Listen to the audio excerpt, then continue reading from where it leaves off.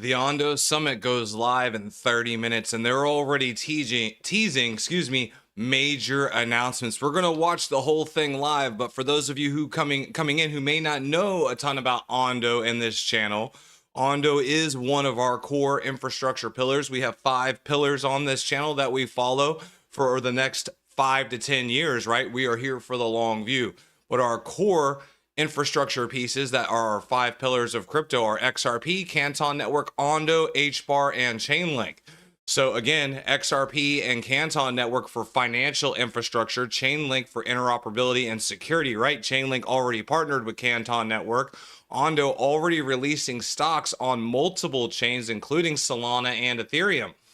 So Ondo is definitely ramping up fast in regards to tokenization. Now, of course, a lot of people are curious, what do we need to worry about with Ondo? What about the competitors, right? What could they possibly be announcing at this point? And I see you guys coming into the chat. I appreciate every single one of you. The chat is the lifeblood of the stream, especially in this stream, because we are going to be watching the Ondo Summit live at 9 o'clock. So get your thoughts, opinions, questions rolling, because we will do a live Q&A throughout the process as well. Now, major competitors for Ondo, biggest one is going to be Securitized. We've seen that name pop up a lot in regards to the DTCC, in regards to XRP and other tokenization projects. So Securitized is going to be the biggest competitor, but beyond that, we got Maple, Tokenamic, and Centrifuge. Couple low cap cryptos that we really don't need to pay attention to. The biggest one is going to be Securitized, but Ondo develops institutional RWAs on public blockchains. Already have that done on Ethereum and Solana. Utility is in place. Extending traditional finance to DeFi via tokenized real world assets. So their whole goal is to bring tokenized real world finance onto blockchain. Sounds like what the regular financial infrastructure is going to want to do, right? They're not going to want to do a ton of change to DeFi, to a new way of doing things. They're going to want it as seamless as possible to move TradFi on the blockchain. And that's exactly what Ondo is doing. That's why it's one of our core infrastructure pieces. They already have partnerships with major companies, including BlackRock, and several others. So, I mean, Ondo is definitely not something we can ignore. They are talking about having major announcements today. So when we pull up X here, let me pull up X real quick for you guys. We can pull it up here. And I see you in the chat, Sir Charles. I appreciate you for being here today. Appreciate everyone for taking your time to be here today. Make sure everything's working the way I want it to. Sir Charles in the house first with his couple cups of coffee. I appreciate you. This could be an interactive stream. Normally I wait till the end to do a Q&A, but we're going to get through the first 30 minutes here until we get to the Ondo Summit, and we'll discuss our normal streams like we typically do. We're a little bit early today because we're seeing how things are going to play out right now. Pullback in markets pretty much right as soon as we open. Bitcoin down, XRP down, everything dropping right at the open. Again, the first 15 minutes, none of this is financial advice. I am not a financial advisor. Do your own research. But again, the first 15 minutes is usually manipulation anyway, deciding what's going to go where, how it's going to go, etc., etc. So again, we'll have a better idea of what's happening in the next probably, I don't know, 20 minutes or so as far as what's going on with the market. As you can see, I just entered into position with Ondo last night, as well as a few others. I picked up some more Ondos, some more XRP. I picked up some more Canton Network, some Chainlink, some HBAR, my 5 core pieces. Again, I put my money where my mouth is. This is exactly how I do things. What's good, Damien? Appreciate you for being here today. But I do the core pieces. It does not change, right? So truthfully, I practice what I preach. It's really that simple. Ondo, XRP, Canton Network, HBAR, and Chainlink, my 5 core pieces. I'm constantly picking those up. I dollar cost average in with 10% of my money every single month. That is the long view goal. 10% for 10 years. You can do it too. I promise you, you'll be in a better spot in the long run, guaranteed, than trying to do pump and dump. And again, not financial advice. I am not a financial advisor. Do your own research. I will be the first person to tell you to do your own research, regardless if it's me, a financial advisor, or anyone else on YouTube. You should know what you hold, period. So that being said, back to Ondo Finance. So I'm not going to play these because some of the music in these clips apparently has copyright infringement issues on it, so I can't necessarily do that. Let me go to my bookmarks here and pull up so you guys can see exactly what I'm looking at here. So let's pull up my bookmarks and see what's going on with Ondo this morning before the summit. Ripple moves $280 million of diamonds onto blockchain. Over 280 million in polished diamonds are now tokenized on the XRP ledger. Represents a real diamond stored in secure UAE vaults. Ripple's custody will secure tokenized inventory while the XRPL will handle issuance and transfers. So again, tokenized diamonds now on the XRPL. Tokenized gold is coming to the XRPL. Hopefully tokenized silver in the near future. You're going to notice a trend today: tokenization, tokenization, tokenization. The more real world assets come on chain, the more value that comes on chain, the more value will be presented to the native tokens for price appreciation, right? Remember, XRP is a bridge. It needs something to bridge between. Diamonds is a good thing. Gold is a good thing. Tokenized stocks, tokenized assets. Those all create trading pairs as well, and that's what we need. We need value coming on to the XRP ledger. We don't care about Opus clip. Why is that in my bookmarks? Where's my okay, bookmarks. There we go. Ondo Finance, the biggest players will be there today for the Ondo Summit, which goes live here in 22 minutes. We have Citi, Visa, BNY, WSJ, Swift, DRW, eToro, DTCC, Galaxy, Fidelity, PayPal, Citadel, VanEck, Invesco, NASDAQ, Pantera, and so on and so forth. Microsoft, Coinbase, Vanguard. It's a who's who of players going to be at the Ondo Summit for sure, and we will watch it live. For our Canton Network holders, Canton Network just surpassed Monero XMR on coin market cap. They moved to the number 15 spot, becoming the number 1 privacy crypto in the world. And again, crypto is today. Some up, some down. Canton Network's up 7.5%. XRP was up 1% or so. Bitcoin's up 0.5%. So nothing really major happening unless you're holding hype and CC. Some good moves today on Canton Network. Currently sitting at $19, or excuse me, 19 cents, 19.05 cents. So not a bad place to be. Again, we started talking about Canton Network at the beginning of the new year. So if you got into it, again, none of it's financial advice, but I started picking mine up at the end of 2025. And so far I've had great returns on it. I know several people have picked it up, from the stream. They've also been doing well with it. It's been doing nothing but going up all month while everything else is dropping. So it seriously, in the last month, it's moved, I think, from 25 in market cap to 15 in market cap in the last 30 days. But again, do your own research, not financial advice. The channel, me, myself, the philosophy, if you will, is here for the long view, right? We're not here for what the price is today or tomorrow. We're here to position ourselves for what the price will be 5 to 10 years from now. But looking at price, Ondo is dropping right now. Let's see if everything's dropping. Looks like I made a bad time to pick some up, but it doesn't really matter because I dollar cost average in. I didn't buy with everything I had. We are here for the long view, right? Dollar cost average. It's going to be better than timing tops and bottoms every single time. We got 15 people in the stream. Thank you, Charles. I appreciate that. See what XRP is doing now. So XRP is also dropping so that means Bitcoin must be dropping. Let's take a look at Bitcoin. They're all following Bitcoin right now unless you hold Canton Network. Canton Network's the biggest thing that's decoupled from Bitcoin that I hold, and it's clear as day.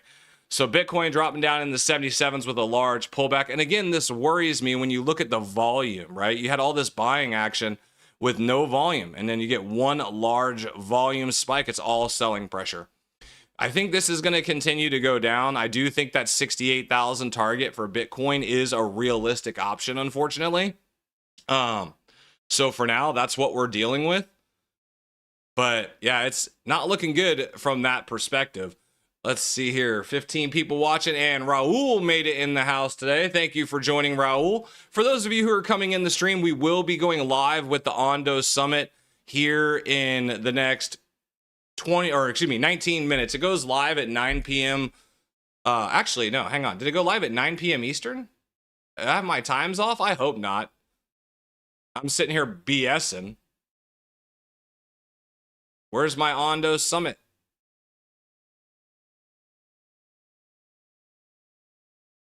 Now I gotta check. See, my brain sometimes.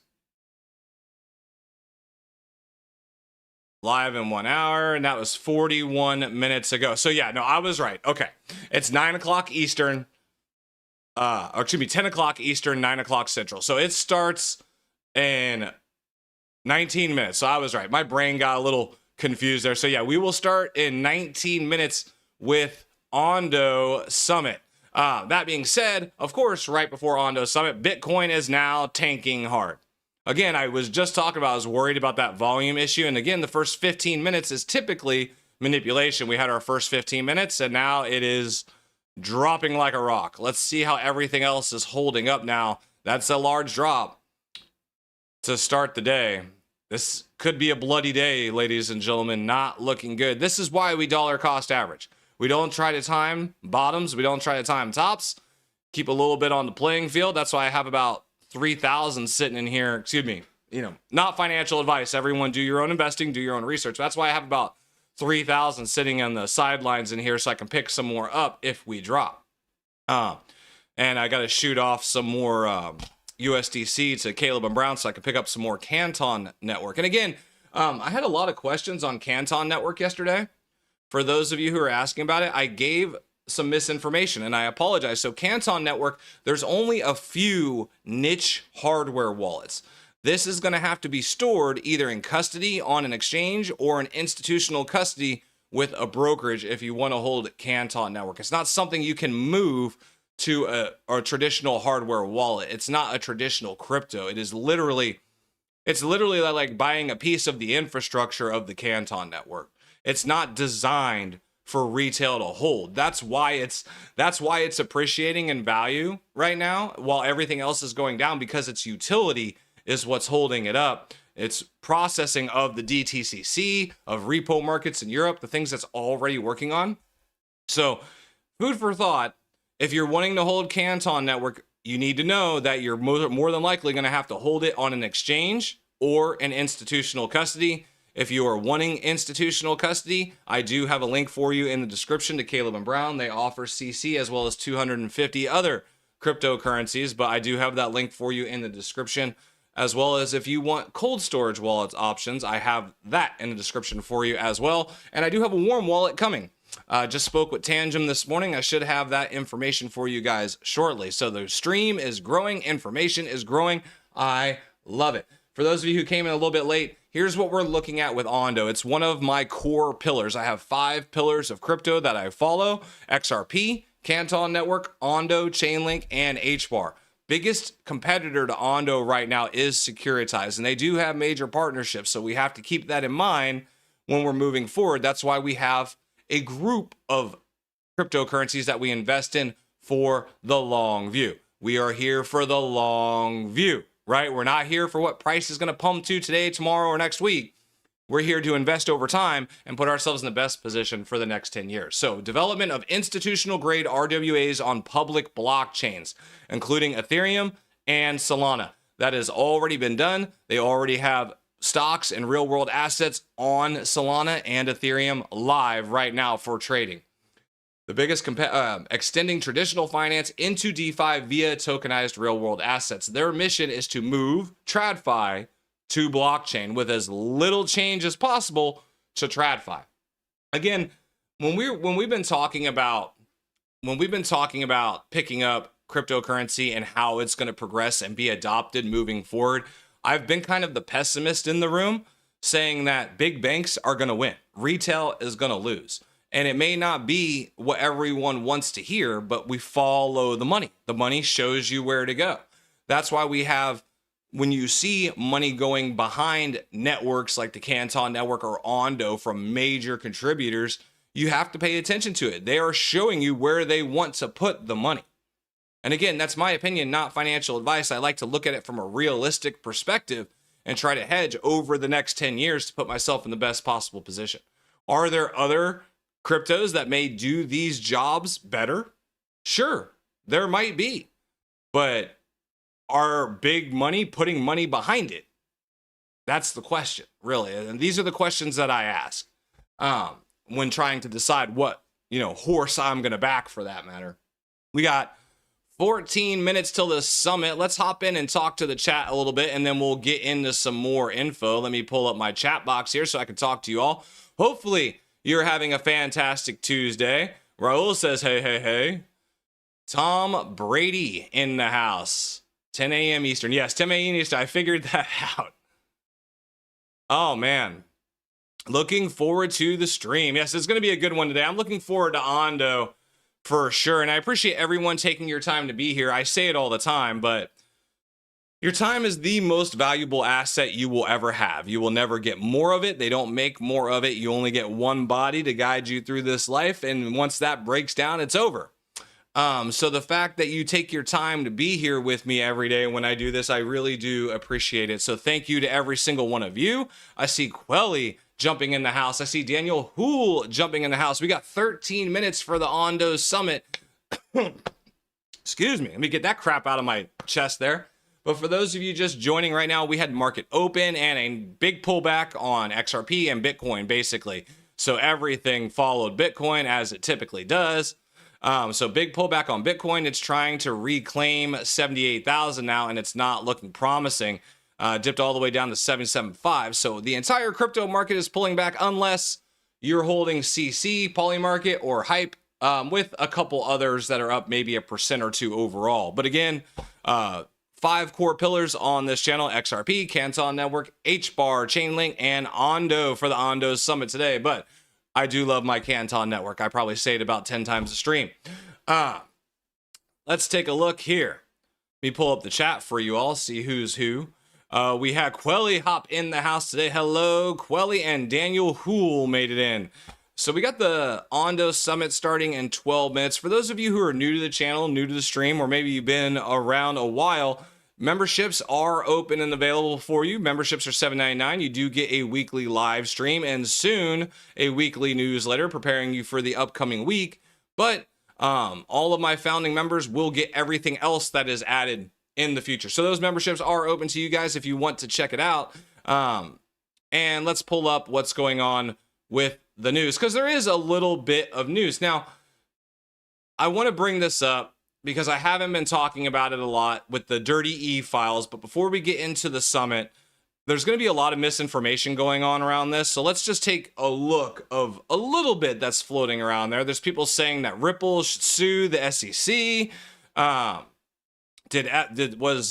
Was Ripple singled out? So what do we actually know from these e-files? Ripple was named as a threat.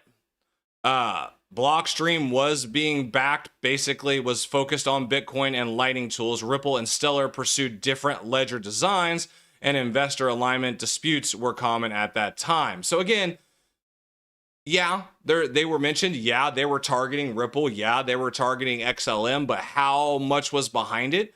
The big thing is really was because there was announcements of Gensler talking about Ripple and Bitcoin a couple of years before he went in and with the lawsuit with Ripple. But don't forget, the lawsuit with Ripple actually started before he took that position. Now, he was horrible to crypto. It was one of the worst things for crypto under the SEC ever. But it's important to distinction when we're seeing all these narratives fly around, stuff like that. It's important to note that there was someone else that started that lawsuit, not him. But it's something we're keeping an eye on, just letting you guys know, be careful. There's a lot of narratives flying around. Do your research, do your due diligence. But there was definitely some shady behavior going on, and we really probably won't know the full extent of this until after a couple weeks, once all the data comes out and some research comes out, all of that information. We're talking thousands and thousands of emails that are being combed through right now. Now, AI helps with that, but again, AI makes mistakes. Do your research. Let's see. Ondo Summit. Where are you, Ondo Summit? We got 9 minutes for the Ondo Summit. Let me guys know what you think in chat. What are you excited about today? How's everyone feeling after this pullback? I mean, it's still going down. Again, I talked about 68K for Bitcoin and $1.25 for XRP as potential bottoms, depending on how this plays out. It's still getting lower lows and lower highs for Bitcoin, not looking pretty after that initial pullback from the 79,000. So I don't know. I think 68,000 is a realistic opportunity. I'm waiting on the sideline before I pick up anything else, with the exception of Canton. I will be picking up more Canton because it doesn't move with Bitcoin, so I just buy that when I can. But that's what we're looking at right now. Let's take a look at the chat. I'll cover a couple more chats while I'm waiting. If anyone has any questions, thoughts, concerns, while we wait for the summit to go live, because right now we got about 8 to 9 minutes. Let's see. And again, if you are just joining, tokenized diamonds are now coming to the XRPL. We do have tokenized diamonds going live on XRPL.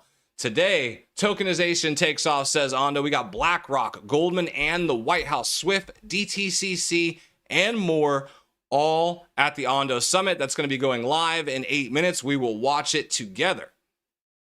Let's take a look, see what's going on. I see a couple chats popping up there. We have 27 in the stream. Keep the stream growing. If you guys want to grow the stream, if you want to get as many people in here as possible, the best thing you can do is hit the like button, engage in the chat, keep yourself here, and we will roll throughout Ondo Summit. I can't wait to see what the announcement is. What do you think the announcement is going to be at Ondo Summit? They said they have major announcements. What do you guys think it's going to be? BTC ETFs just saw 561 million inflow on Monday. Well, that's because Michael Saylor bought a lot. So, I mean, there was a lot of people buying on Monday, but I don't know if this is over. I really don't think. I mean, I understand they had the inflows, but just looking at the levels, looking at the technical analysis, I think it's going down. I really do. I think we're going to see 68K.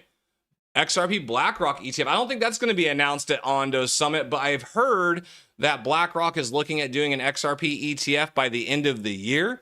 Possibly 2027, beginning of 2027 was the last I heard. That was from the Canary Capital CEO that was floating that out there, if you will. What's the guess on the BTC bottom? I think 68 to 55 is where we're looking at for a bottom for Bitcoin right now. Again, my opinion, not financial advice, but just looking at the analysis, looking at the levels, looking at EMA 9, looking at how everything's flowing in our market right now, looking at what happened with gold and silver over the last several weeks. I don't know. I'm kind of waiting for the dust to settle right now. I do know it's going to go down. But again, I dollar cost average in. So when it hits 68K, I'll probably pick up some more of my 5 core pillars. If it goes to 55K, I'll pick up some more of my 5 core pillars. Well, in this instance, 4, because I don't buy Canton Network based off of Bitcoin. But that's just me. Anyone else think 20 to 30K? I don't think the powers that be will let it get that low. Again, I also say follow the money. And when we're talking about how much money is in Bitcoin from major players, think BlackRock, Michael Saylor with strategy. Don't forget the government just absorbed a bunch of Bitcoin from Venezuela. I just don't see that happening. Now, all these dirty e-files are not helping with this narrative either, and I think that has a part to play still as well. The next week or two is going to be very volatile and violent in the overall stock market. The more thing I'm concerned about, honestly, as opposed to this Bitcoin and crypto thing going on right now. Now, crypto is important, don't get me wrong. But the thing I'm really concerned about, and someone just mentioned it, NVIDIA is supposed to invest $100 billion in OpenAI. You literally put the thing up there before I could get to it, is the AI bubble. Before I could get the word out of my mouth, the thing I'm most concerned about is the AI bubble. The entire AI sector is propped up on public credit debt. And right now, public credit is cracking. We've already seen a couple banks go under. We've already seen NVIDIA was supposed to invest $100 billion in OpenAI, and now they're talking, well, we didn't say that. Well, we didn't say that. We're going to do $10 billion first, and then we're going to go from there. And then like a couple weeks later, they're like, we're going to do a massive investment. Well, first your massive investment was 100 billion. Now you're only talking 10 to 30 billion. Okay. So why is this perpetual circle of AI important to crypto? That's what a lot of you are probably asking. Well, our entire stock market right now is propped up on AI stocks. Well, the AI stocks are not profitable. They are all losing money. They're not predicted to be profitable for at least 10 years. So what happens? NVIDIA makes chips. They send them to OpenAI. OpenAI makes data centers. And they're like, okay, well, we need to reinvest more. So we're going to invest more here and we're going to make more chips. And it just fills the circle, right? They just keep feeding each other. But eventually that money is going to run out. And when that money starts to run out, the circle slows. And when the circle slows, it starts to fall apart. And if AI collapses, again, it's propping up our entire stock market, everything collapses. That would be bad. That would be bigger than 2008, in my opinion, with how everything is propped up right now. And then we're talking about Bitcoin with strategy and how strategy's been invested and they're pumped up with a crap ton of debt. And we're just talking derivatives on top of derivatives, leverage on top of leverage. There's so many things at play right now that are not good for our economy, let alone crypto, right? So when I'm looking at it, I'm not trying to say sky is falling, but when I look at what's happening in the broader overall economy and geopolitical, and I put my realistic cap on and remember that these are still risk assets, we try to paint a clear picture. I'm not here to pump you up full of hopium and hype on this channel. I don't want people to lose money. I want people to develop a different mindset so they can long-term invest over time, put themselves in the best possible position. Is crypto regulation actually going to happen in 2026? I still stand firm thinking it's going to get done before midterms. Banks were there talking with crypto firms yesterday. The White House wants it done. So this month will be crucial. If they can't get the banking portion of the bill done and pushed through by the end of this month, I don't think it's going to get done. But I do think we need to get it done by midterms or we are screwed. The White House literally had to bring exchanges and banks into a room to try and negotiate. Exactly. That's what they were doing yesterday. And a lot of people were making that a big thing. But again, so what that was about, they're trying to push it to get it done before the end of February, because if it's not done before the end of February, then the likelihood it gets done before midterms decreases drastically. So we need to keep an eye out on that banking segment of the bill this month. That's what I'm looking at in regards to actual clarity.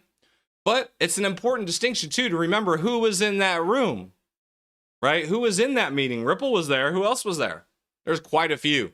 And again, those are the things we need to look at. It's not like a guaranteed thing, but it's important nonetheless. So we have 1 minute for Ondo Summit. We are going to go live. Keep the chat rolling. Thoughts, questions. I will hop in and commentate and say things when I think it's important.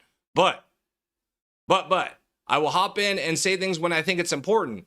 But I'm not going to try and interrupt too much. I'm going to let them take it on for the most part. So let's find the bookmark so I can get to the Ondo Summit. Again, diamonds on Ripple. Let me go to Ondo. Oh, that's not right. Where's Ondo Summit? Come on, let's go. Where's Ondo? It'll be on their main page, hopefully. There it is. Set your reminder now. I'm here. Where's the summit? There, it's live. See some volume here? Volume.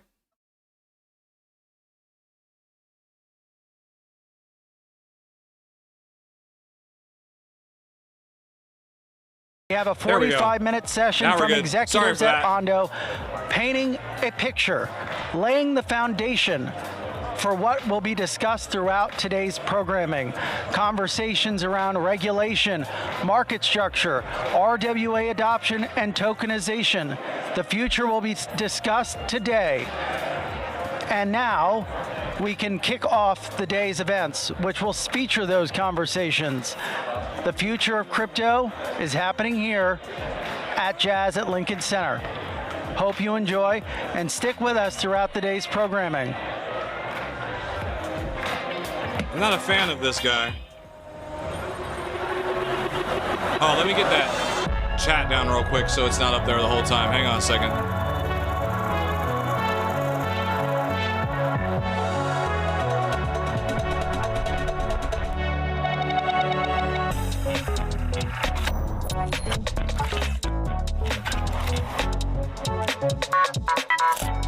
I hate when they do this music stuff. I'm gonna pause it. Sometimes the music stuff gets me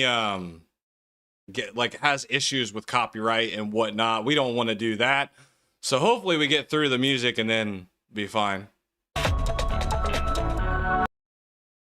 We don't need to watch ads, right? There. Still going.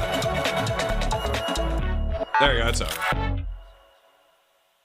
Please welcome to the stage President of Ondo Finance, Ian DeBode.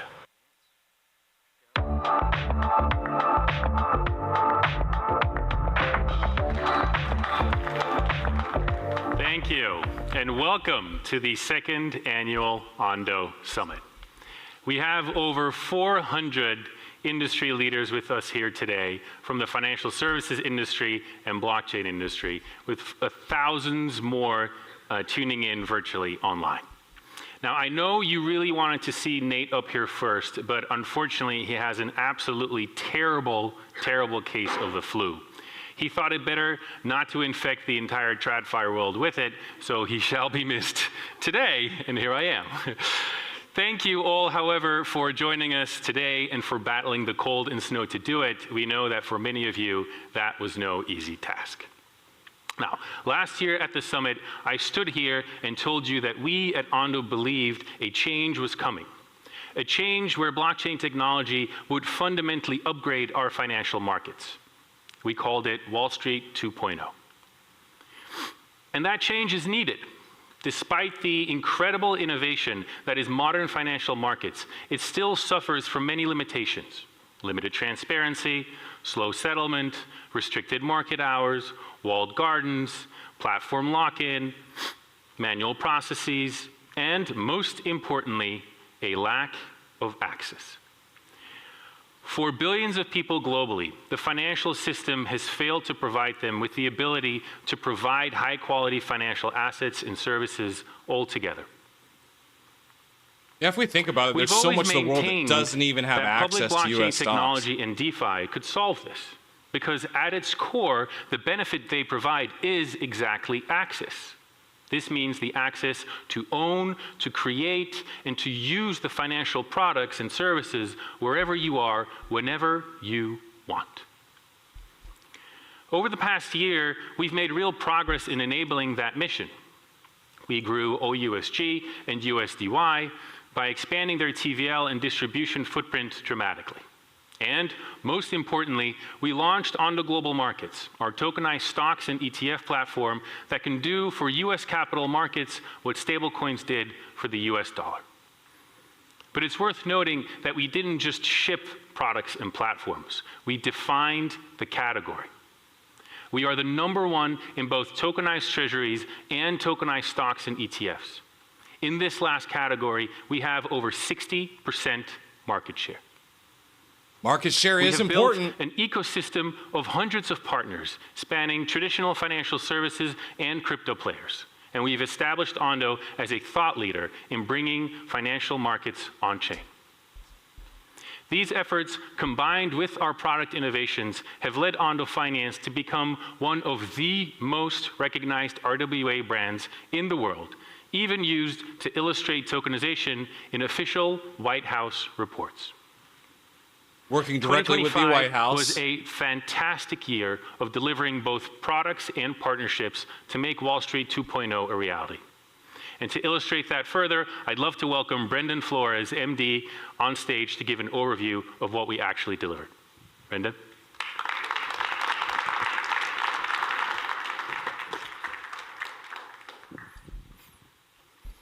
Thanks, Ian. Good morning, everyone. As Ian just mentioned, over the past few years, we've been working hard to improve the accessibility of financial markets by bringing traditional assets on-chain.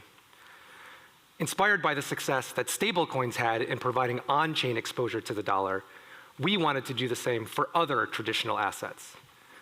As many of you know, this started with US Treasuries to bring the risk-free rate on-chain. And now, as we'll discuss, we've since moved on to stocks and ETFs. Now, a question we get frequently is why we started with stablecoins, now then treasuries, now they're on stocks and ETFs. For many years, the thinking was that because tokens can be fractionalized easily and settled quickly and cheaply, tokenizing private assets could improve their liquidity. In reality, however, it's not so simple. While technology certainly can help, private assets often suffer from other issues that technology is less equipped to address. These include things like information asymmetry, lack of fungibility, pricing difficulty, and resistance from issuers. Instead, we've long believed that, as we've seen with stablecoins, the assets that would benefit the most from tokenization are those that already have deep liquidity. These are large, in-demand, easily priced assets like the US dollar, and like publicly traded securities, that can benefit from tokenization to make them both more globally accessible and saleable as collateral in DeFi.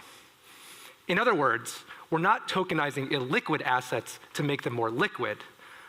We're tokenizing liquid assets to make them more accessible. By the way, this opportunity is also enormous, with globally publicly traded stocks and bonds representing almost $225 trillion in value. Now, these are some of the largest, most liquid markets in the world. All right, you can see where this is going. This is important. Still constrained by things like geography, market hours, platform fragmentation, and legacy rails.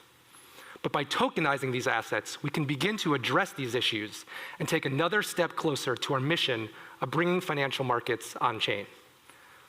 So with that, let me turn to what we've actually delivered this year, starting with our tokenized treasuries. First is OUSG, our globally available institutional-grade treasury product. The goal of OUSG has always been simple. They're talking about OUSG real quick. It's stablecoin, but it's important to discuss too. Don't remember, they're already working with BlackRock, and BlackRock has been front and center saying they're going to tokenize the entire world. So we know who BlackRock's using for that product. OUSG does this by this approach both aggregates the liquidity across these assets and via our Nexus see the technology, partners right there, Fidelity, BlackRock, WisdomTree, Franklin Templeton, Figgy. Allowing eligible holders of any supported assets to easily and instantly swap to any other. This and also they're working means with that with our Nexus offering, we can enable other asset managers to offer their clients the same instant 24/7 subscription and redemption capabilities. Now, this past year, we've expanded the backing of OUSG to include tokenized treasury products from Fidelity and Figure and brought it to Ripple's XRPL blockchain. Tokenized securities on XRP Ledger via Ondo. We also took steps to integrate OUSG with traditional banking and payment rails via tokenized deposit networks, including partnering with MasterCard as the first RWA provider to join their multi-token network, and with JP Morgan and Chainlink to demonstrate a delivery versus payment transaction versus JP Morgan's Connexus. So they're working with JP Morgan, Chainlink, BlackRock, Fidelity, imagine XRP, a world where Ripple. Consumers and businesses can instantly and automatically sweep the cash in their bank account to treasury exposure to earn the risk-free rate, yet instantly convert back to cash when needed for a debit card purchase. It's pretty cool. Together, these instant transaction capabilities and TradFi integrations mean that OUSG isn't just a tokenized treasury product. It's becoming an institutional liquidity layer that connects tokenized funds, on-chain execution, and real-world settlement networks into one interoperable platform. We've also continued to improve USDY, our freely transferable tokenized treasury product. There should be audio. Year, we expanded Is anyone else having a problem with audio? Looks like it's coming through on my side. And Plume blockchains, making it accessible to millions more users. We continue to integrate USDY into many parts of the ecosystem and improve cross-chain usability with better bridging infrastructure. And in December, the audio is working on my side. Is anyone else having a problem with audio? For select institutional partners, making USDY truly behave like a yield-bearing stablecoin. Today, USDY is live across 9 chains, integrates with 70+ partners, trades across multiple DEXs, and is accessible to users in over 80 countries through dozens of interfaces. In our mind, these things make USDY the leading US Treasury asset for DeFi. Thanks to these efforts across OUSG and USDY, I'm pleased to say that Ondo's tokenized treasury products collectively now hold over $2 billion in TVL, making us the #1 provider of tokenized treasuries in the world. But despite all this progress on tokenized treasuries, the biggest thing that we did this year has to be the launch of our platform for tokenized stocks and ETFs, Ondo Global Markets.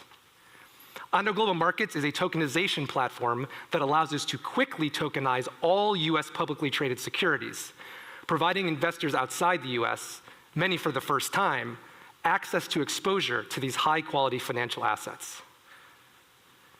Since it launched just 5 months ago, Global Markets assets have been purchased by over 30,000 investors across 90 countries, with over $9 billion in total trade volume and over $550 million in TVL. That's more TVL than all other tokenized stock platforms combined. Now, here are just some of the key features of Global Markets assets. First, broad asset selection. Today, investors can gain on-chain exposure to hundreds, and soon thousands, of NYSE and NASDAQ-listed securities. To be clear, this isn't just a handful of popular stocks. Investors have the chance to build a diversified financial portfolio across asset classes, sectors, strategies, factors, regions, and more. We're talking about things like AI and robotics, commodities or real estate, leverage strategies, income strategies like CLOs and high-yield bonds, all available, all on-chain today. Next, instant global availability.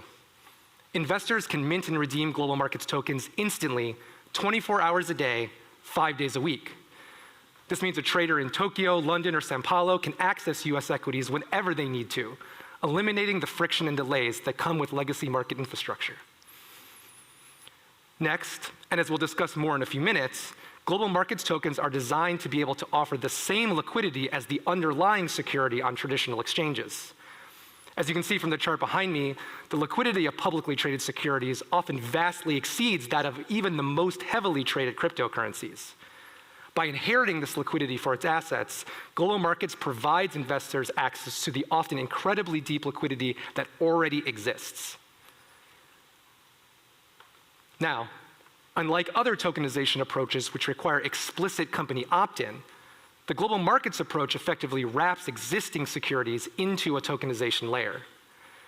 This, combined with the inherited liquidity model I just described, allows Global Markets to rapidly scale up the number of assets and to quickly launch new ones. For example, just last month, we listed a tokenized version of BitGo stock the day of its IPO, making it globally available across Solana, Ethereum, and BNB chain. This marked the first time the stock of a NYSE-listed company was mirrored on-chain across multiple blockchains on the day of its IPO. And we can continue to do this. That's why today, we're announcing for the first time a new service called Ondo Global Listings, enabling us to offer tokenized versions of select US IPOs the day they begin trading on traditional exchanges. Global Markets tokens can also be freely transferred to eligible investors and can be used in DeFi. Unlike traditional securities trapped in your brokerage account, once you hold a Global Markets token, you control it. You can transfer it peer-to-peer, bridge it across supported chains, or, as we'll talk about later, integrate it into any compatible DeFi protocol. And as always, Global Markets tokens feature institutional-grade investor protections, including over-collateralized backing secured by an independent third-party collateral agent, a bankruptcy remote structure, and daily proof of reserves. Global Markets assets are also designed to be accessible wherever investors already are. For example, Global Markets tokens are already available on Ethereum, BNB chain, and Solana, on centralized exchanges like BitGet Global, Gate, and Blockchain.com. They are also supported in DeFi via aggregators like 1inch and CowSwap, and in major wallets like Binance Wallet, Trust Wallet, and Topnod, the Ant Financial wallet. I'm also thrilled to announce for the first time that starting today, Global Markets tokens are now fully supported in MetaMask, the most widely used non-custodial wallet, further improving accessibility to Global Markets assets for millions of users. Okay, I obviously just said a lot of things, so let's take a step back. What are we actually doing here? Well, just like stablecoins, Ondo Global Markets is taking a highly liquid traditional financial asset and using blockchain technology to make it both more accessible and usable in DeFi. That's why we like to say that what stablecoins did for dollars, Ondo Global Markets is doing for securities. Okay, so that's what Global Markets has achieved. To talk more about how we've achieved it, I'd like to introduce Cameron Clifton, Ondo's head of engineering, to explain the innovative design behind the success and the foundations it lays for the future. Cameron?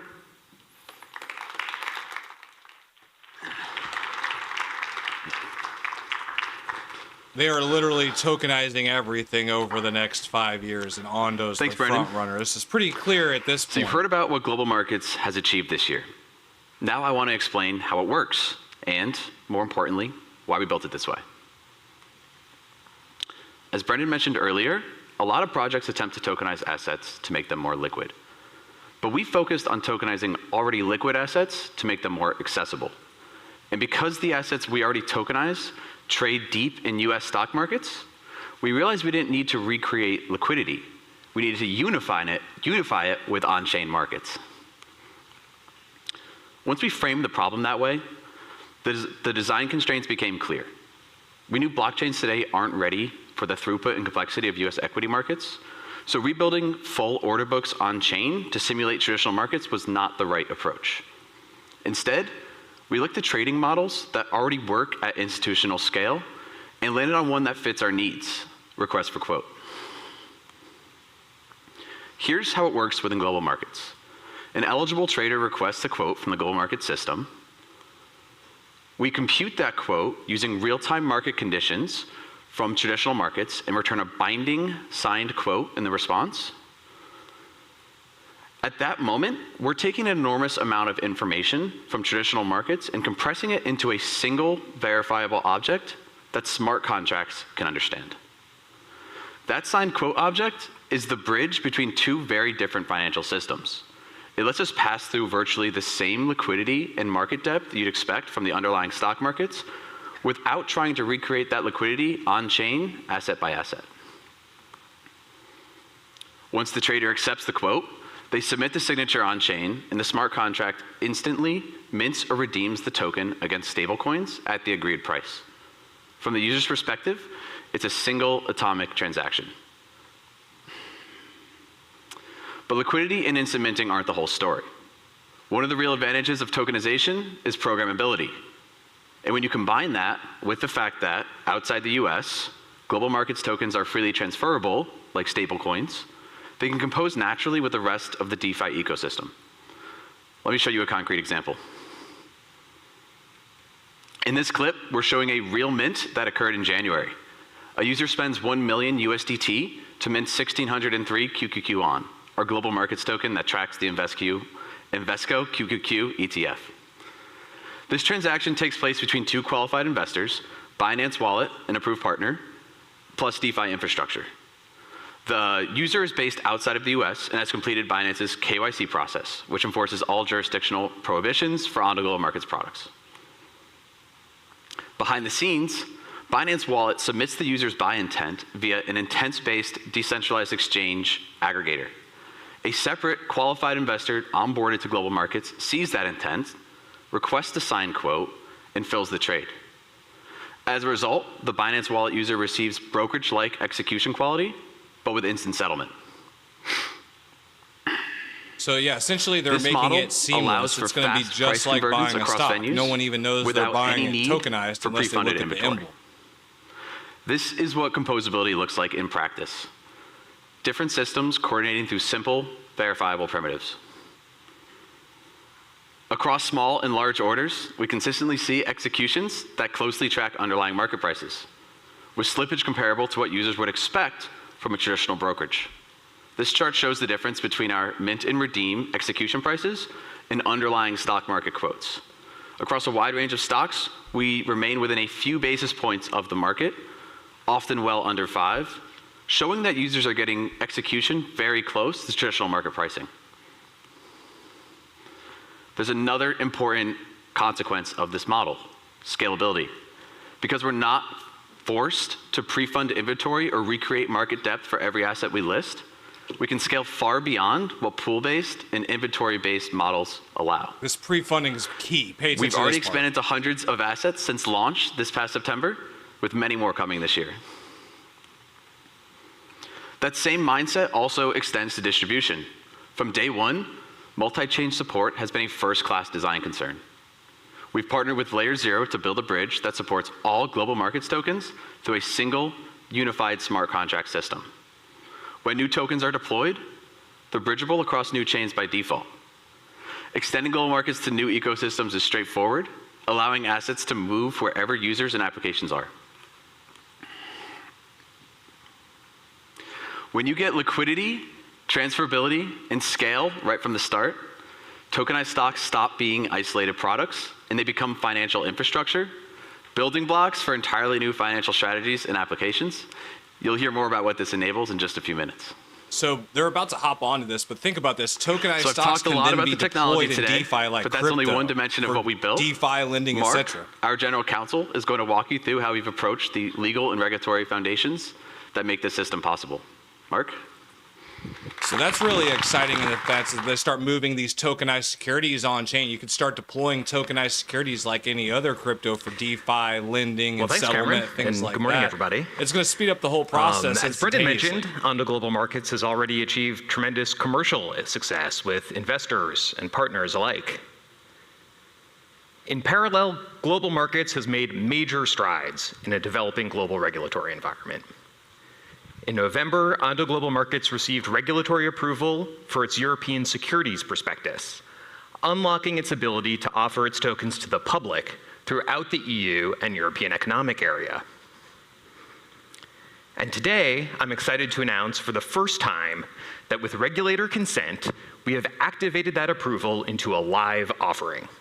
Starting yesterday, over 500 million investors in 30 markets throughout Europe now have the opportunity to purchase many of the most popular Ondo tokenized stocks and ETFs. Live in Europe. Anytime, on demand. Spreading. Now, as many of you know, achieving European regulatory approval is no laughing matter. And in this case, it's proof that the Ondo Global Markets model can operate under serious regulatory regimes. Right, this is going to expand. No doubt. But it's also indicative of the fact that the United States is still playing catch up. And as regulatory environments for tokenized securities continue to evolve outside the US, in Europe and in major global economic centers in the Middle East, Southeast Asia, and beyond, the United States risks losing its opportunity to both fortify and enhance its capital markets and technological leadership. As a nation, we simply cannot afford to lose this opportunity. And at Ondo, we're on a mission to make sure that we don't. But how? As we've previously written about, the US securities tokenization debate has been too focused on the relative merits of 3 different models for tokenization: direct ownership, tokenized beneficial ownership, and digitally native tokenized exposure to securities. As if US tokenization regulation is somehow a race that only one of these models can win. I don't know about the tokenization element if they have that by themselves, traditional but their markets, stable investors coin have yield long is demonstrated their massive interest for in them different the forms last of couple exposure. years. Some investors prefer to hold their securities through their brokers in the DTC. Others might want to hold them directly and custody them with, say, BNY Mellon. And still others prefer exposure via, say, funds, swaps, or even equity-linked notes. It will be no different on-chain. We cannot let ourselves be fooled into believing that one model is inherently superior to the others. Right, so they're showing you about all ownership 3 of these models have their merits. And all 3 of them are perfectly viable in the US and many jurisdictions globally. But only one firm is currently positioned to pursue all of these models. You guessed it, Ondo. And we plan to do just that. It starts, of course, with Ondo Global Markets. I'm extremely excited to announce that just this morning, a little after 9 a.m., Ondo Global Markets BVI Limited, the issuer of Global Markets tokens, confidentially filed a registration statement in the United States with the Securities and Exchange Commission. Here we go. Once effective, This filing would make global markets the first issuer of transferable tokenized stocks to be subject to the SEC's reporting requirements. Massive. And more broadly, this filing would provide transparent disclosure about the issuer that lays the groundwork for Ondo Global Markets to enter more jurisdictions globally. They are going to have when both regulation and commercial conditions stock market are right, on Ondo, including the U.S. Not financial advice, but that's, I mean, they're building a tokenized stock market on Ondo. With our regulated entity stack, which includes our SEC-registered transfer agent, our SEC-registered investment advisor, and our SEC-registered broker-dealer and ATS, we can leverage each tokenization model to unlock a vast array of on-chain offerings for U.S. investors. I got to pause this. If you guys are new to the stream, we have been talking about the build out of the tokenized infrastructure of the crypto infrastructure and how it's going to set up over the last 10 years, or over the next 5 to 10 years, positioning ourselves for the long view. And we have 5 total assets. Ondo was my tokenization pick. They literally just announced they are tokenizing the stock market on Ondo Global Markets over the next couple of years. That is a massive announcement. And global investors, as well as asset managers, corporate securities issuers, and other market participants, including, for example, digitally native registered investment companies and private funds, on-chain corporate IPOs, peer-to-peer and brokered on-chain markets for tokenized public securities, funds, bonds, and other assets, fully on-chain dividend distributions and shareholder voting, prime brokerage, and much, much more. The point here is that we're not waiting for clarity in the US markets. We're actively creating it. We believe this is important because if we do this right, the US doesn't just allow tokenization, it benefits from it. It means US investors get better access, better optionality, better portability, and better market plumbing over time. And it means the US capital markets remain the global center of gravity, even as they become more accessible in an on-chain 24/7 world. So that's where we are. Now I'd like to welcome Ian to tell us where we're headed. Thank you. That's where we are. Now we get to find out where they're headed. They just announced this today. I can't imagine what they're about to unleash. All right. Thank you, Mark. So you've heard what we shipped, you heard how it works, and you've heard all about our expansive regulatory and licensing stack and the expansion in the US. I think by now, most of you are probably ready for the main event to begin, yet here I am again. Let's go. But bear with me, because now it's about to get a little bit more fun. I get to talk about Of course it's going up right now. Why do you guys think I've been talking about this? It's worth emphasizing that what we've built so far really is not a collection of products. It really is a foundation. A foundation that will allow us to finally make institutional on-chain markets possible. We have assets like stocks, ETFs, treasuries that investors can move freely and use whenever they want. We have infrastructure like the Ondo Bridge that makes these assets portable across ecosystems. We have platforms like Global Markets, which connects the liquidity and pricing of traditional markets to on-chain environments. And distribution, with integrations into DeFi venues, wallets, and centralized exchanges. There's XRP right there for you guys asking about Ripple. The most comprehensive regulatory stack that enables us to tokenize and distribute assets in major geographies in a fully compliant way. But what's next is what is going to matter the most, to really turn these components into a full financial system. Now, what do we mean by that? Well, in traditional markets, sophisticated investors don't just buy and hold assets. They use them. They borrow against them. They hedge them. They trade derivatives on them.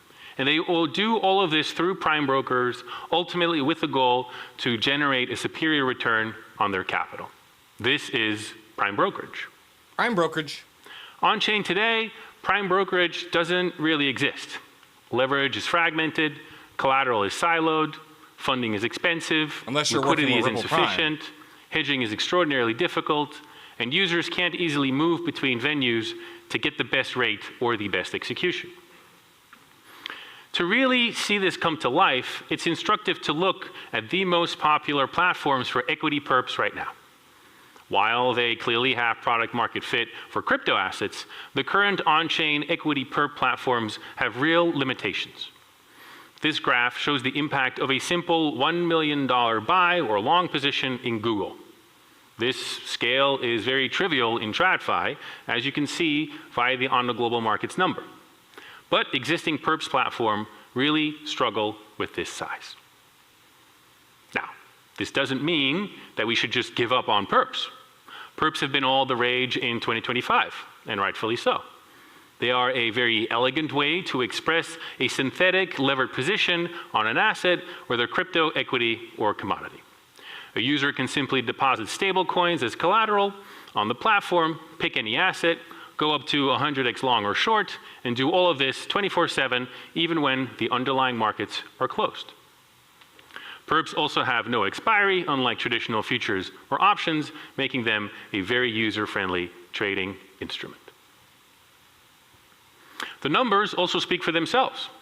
Perps volumes on DEX venues reached almost $10 trillion last year. The vast majority of these volumes were expressed on crypto. Only recently have some platforms started to list equities and commodities. But the issue with these equity perps is that they don't allow for effective hedging, with bad liquidity as a result. To really understand this, allow me to walk you through the trade. If a market maker wants to short an equity perp to collect funding and provide liquidity, they have to put up additional capital to buy the spot asset, typically in a traditional brokerage account. This causes capital fragmentation and opens the market maker to unnecessary risk. The market maker is hedged, but not in the eyes of the perps platform. This fragmentation leads to low liquidity, which is exactly what is observed on all platforms today for equity perps, including the market leader. To solve this, you need to connect these two worlds and enable the spot asset as the collateral asset. You need multi-asset collateral. This way, a market maker can buy spot, use it as collateral, short the perp, collect the funding, and provide liquidity, all while being completely hedged in the eyes of the perps platform. This more or less doubles the capital efficiency. A market maker does not need to put up stablecoin capital to open the perp and more capital to buy spot and hedge. This will lead to tighter spreads and better liquidity on the platform, ultimately benefiting all platform traders. Now, why don't all platforms do this? Why don't all platforms enable multi-asset collateral? Well, historically, the problem with enabling different collateral in stablecoins is that you need very deep liquidity on-chain to enable instant liquidation of the collateral asset. No platform has this, so they only enable stablecoins as collateral. This is obviously where Ondo has a unique edge via its Ondo Global Markets platform that can connect the TradFi liquidity to on-chain markets. You could almost argue that Ondo is very uniquely positioned to build a better perps platform for equities and commodities. And we agree. I am extraordinarily excited to announce Ondo Perps, a unique platform that will provide the best possible execution, liquidity, and capital efficiency to provide synthetic leverage on public equities and commodities. They're going full Ondo Wall Street. Perps is the first of its kind and specifically designed to have the best liquidity and capital efficiency for leverage on equities and commodities on-chain. Ondo So they have their global markets they just filed with the execution SEC, and now and they have capital their efficiency perps. of They're any going perps full Wall platform Street. in the market right now. It will enable market makers and traders to use spot as collateral to seamlessly hedge their positions and collect funding and be rewarded for improving liquidity. Traders will also be able to buy spot assets to be long, yet use these assets as collateral to go short a different asset. Buy gold, use it to short silver. Ondo Perps will also build on our experience with global markets to have more tailored Oracle design to deal with corporate actions. To start, Ondo Perps will enable up to 20x leverage on these tickers that are shown on the page behind me. For those of you outside the US and interested in joining the waitlist, go to ondoperps.xyz right now. So this is not available in the U.S. Or no, By this is only available integrating in the the Ondo US. Perps platform into Ondo Global Markets, we can bridge the liquidity gap that exists for liquidations of tokenized equity collateral and seamlessly offer multi-collateral on the Perps venue. This integration is truly a first of its kind and illustrates the power of composability between the Ondo platforms. It is also why Ondo is uniquely able to offer this. This last point is worth emphasizing. The Ondo ecosystem is designed to be modular with each other. Each platform can serve as a building block to the next one, all with the aim to increase liquidity, capital efficiency, and investor choice on-chain.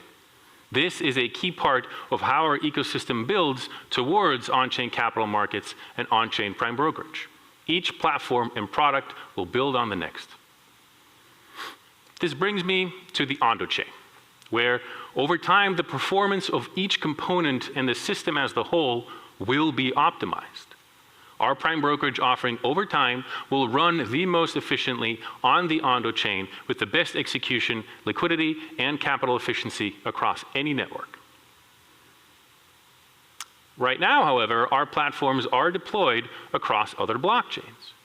Ondo GM is live on Ethereum, Binance Chain, and Solana. OUSG and USDY are live on even more chains. And Ondo Perps at launch will be chain agnostic. Some people have questioned this choice. Why not launch the Ondo chain and deploy everything there? The reality is that Ondo has optimized for the distribution of our assets and platforms, not yet the performance of our platforms as an integrated whole. Quite frankly, there was simply no need to. The emphasis was on creating access to TradFi assets for a global user base. Interoperability. And what we found is that the demand for these on-chain on assets was real. That's good. But as we increasingly fulfill the mission of access to assets, and we shift towards access to services, starting with Perps, we've already seen that we're hitting the limits of what is possible on existing blockchains and DeFi ecosystems. We are hardly alone in this regard. Other projects have experienced similar issues. As a result, some chains have optimized for architecture for privacy, like Canton, for order books and matching engines, like Hyperliquid, for payments and stablecoins, like ARC and Tempo. It's very easy to see how the Ondo chain could be similar. We will need liquidity and capital efficiency to build the most effective prime brokerage system over time. We will need enshrined high-performance oracles to ensure that traders do not get picked off due to on-chain and off-chain latency mismatch. And we will need chain logic to ensure that TradFi market makers can supplement TradFi liquidity on-chain, particularly during those sessions where existing TradFi liquidity is not sufficient to meet the on-chain demand, as we currently already see over the weekend. This last point is worth emphasizing. The current state of TradFi is insufficient for 24/7 on-chain capital markets. Yes, it is. Scale. This is why we welcome developments by the DTCC, the New York Stock Exchange, NASDAQ, and many others in this room to move towards 24/7 systems. To offer prime brokerage with the liquidity that investors demand, we want TradFi systems and liquidity providers that have 24/7 systems. This is also why the first integration that we did with the Ondo Chain testnet was with JP Morgan and their Connexus platform. We need access to these 24/7 systems to make our services work better. It's clear, too, that each TradFi player will have their own 24/7 system, and these systems will not be the same.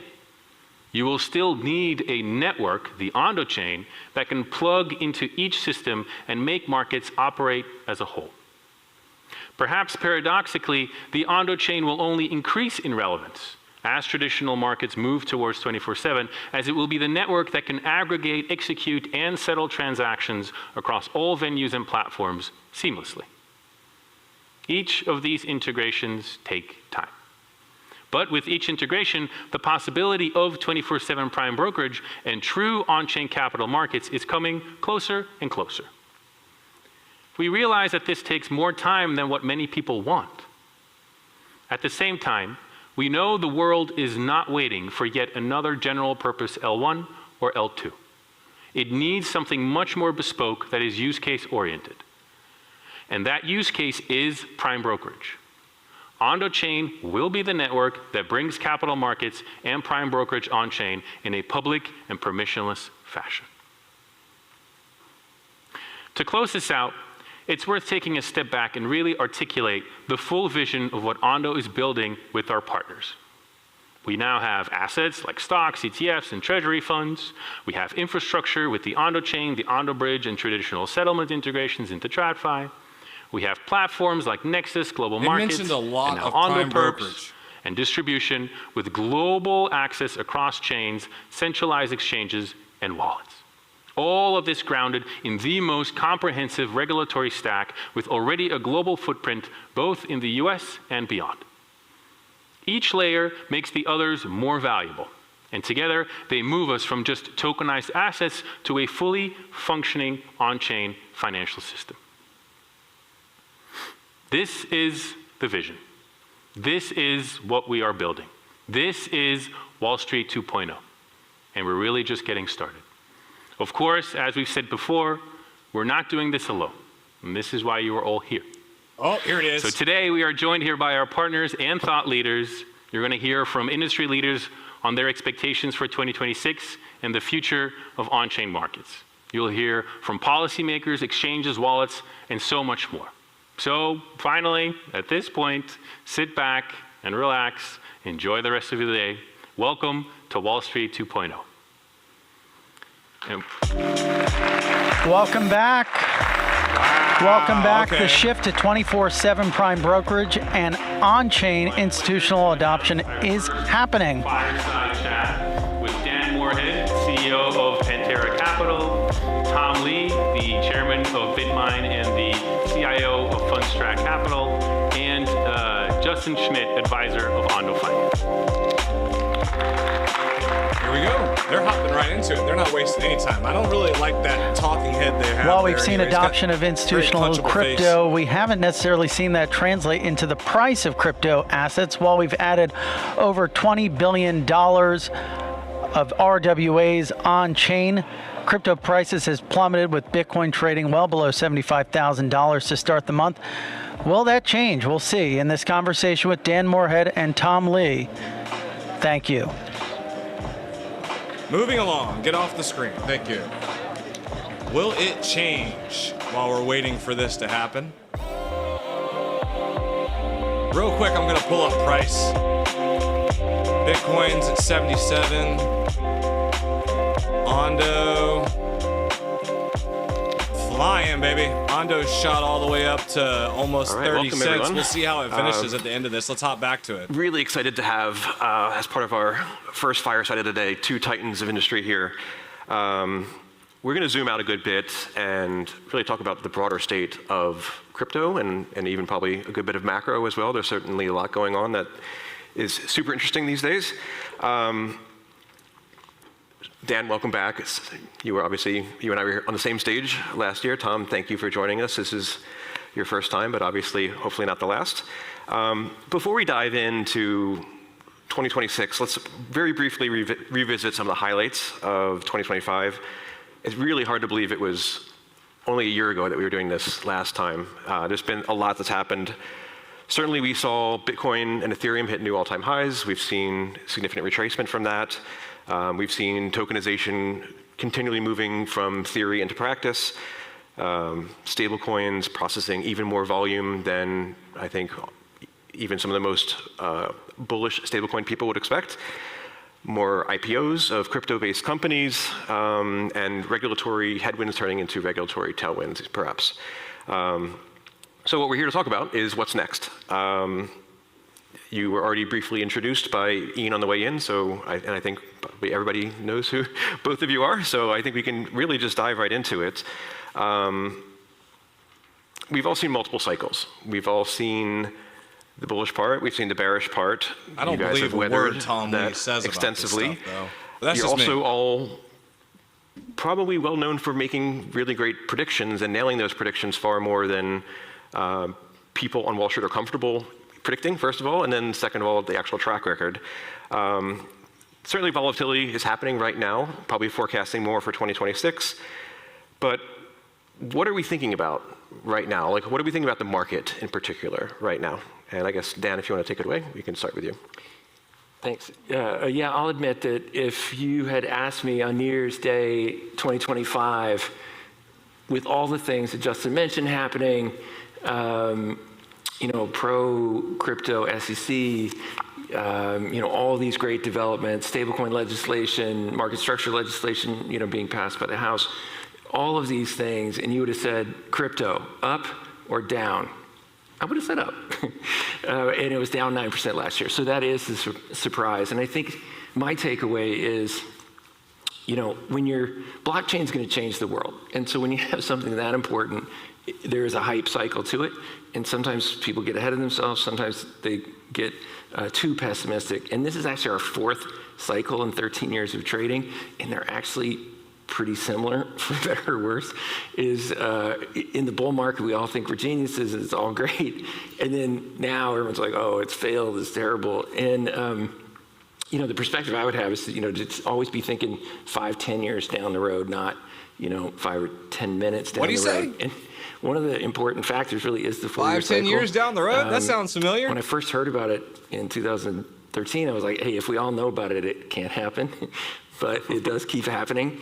And three or so years ago, when Bitcoin's at like 20,000 or something, we did all our work from our previous 4-year halving cycles and projected out where Bitcoin would be in this cycle. And we said, hey, our forecast would be Bitcoin would hit $117,452 on August 11th of 2025. And when we said that right after FTX and Terra Luna, everyone thought it was super crazy. And it did. Literally that day. And so we had a call with one of our investors who said, hey, great call. You guys should be so proud of yourselves. But doesn't that mean it's going to go down tomorrow? I was like, oh, no, this time's different, And it wasn't different. They all so, say that. I do think we are in that, historically it's been about a year very consistently of a down market and then about 3 years of an up market. And unfortunately, I think we're in that. And the last bit of the kind of historical thing is, I think that there were two huge inventions that are kind of the same, publicly listed ETFs and then publicly listed digital asset treasury companies. Really, really Strange. cool. It's still running on my side, Mr. Number 6 people foot. piled into them. Got to refresh again, I guess. I don't know why it keeps dropping on you. $100 billion of crypto, and we've kind of run that kind of initial course. And so without a $100 billion buyer, it just kind of reset. Tom, same question to you, I guess. I might just add to Dan's comments because I largely agree. I know when I was just recently at the end of last year in the Middle East and meeting with a lot of the original Bitcoin folks, many think there is a 4-year cycle, and that is affecting their behavior. So these folks who've made a lot of money in crypto and their life cycles have changed because they might have been 20, 15 years ago. Now they're in their 30s and have other life decisions. They've been acting as if it's a 4-year cycle. So some of it is self-fulfilling. But to me, I think there are differences, Why does he look like he's just which maybe want to highlight versus the similarities. The first is usually activity on chain starts to turn down in the 4-year cycle, and that's not happening. Like if you look at Ethereum, active addresses have actually been accelerating higher. Daily activity has actually been accelerating higher. Even total value locked on chain has been going up. That's not what happened in, let's say, even the last cycle. I think that there has been already, I think, an accelerated deleveraging that's taken place. I think October 10th front-end loaded all the deleveraging. I mean, that was a bigger wipeout than November 2022. The thing is, November 2022 was the last cycle low, but the amount of leverage wiped out was bigger on October 10th. So that was front-loading something a year early. And then the last point I'd make is there is a 4-year cycle, but then there's also the business cycle. And I think if you look at like ISM, for instance. Everything about him I don't trust. Actually, no Bitcoin cycle has peaked without the ISM peaking. So in other words, this would be a break of the cycle. But part of it is because the ISM's been below 50 for a record 36 months now. It's the longest in 100 years of data for ISM. It's never been below 50 for this long. And then the second is things like gold versus copper ratio, which kind of is a proxy for industrial versus monetary base. Gold copper has been at a cycle low. Every Bitcoin high has actually coincided with copper actually peaking relative to gold. So I think it could be a 4-year cycle, but then the things that normally link to the 4-year cycle silver, actually copper, are different. So infrastructure, baby. I'm going to be in the camp that I don't think it's a 4-year cycle. So I'm not trying to disagree with consensus, but I think we've already front-loaded a lot of it. Makes sense. I guess maybe we can dive in a little bit more into sort of what's going on with some of the other dollar devaluation, debasement type things that are going on more broadly on Wall Street, namely gold, silver, other metals. You hinted on copper a little bit. Do you think there's merit to that as being some sort of moving away from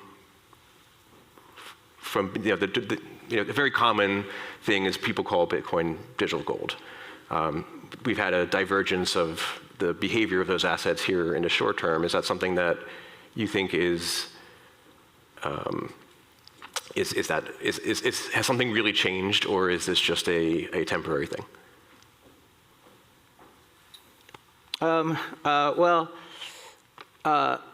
Crypto is reflexive of prices. I mean, and I think it's changing because now the blockchain, as Dan said, is actually finding a lot of utility. I think there's a lot actually being built on the blockchain. But if we look at historically, crypto drew a lot of its legions of users and actually traders because of price.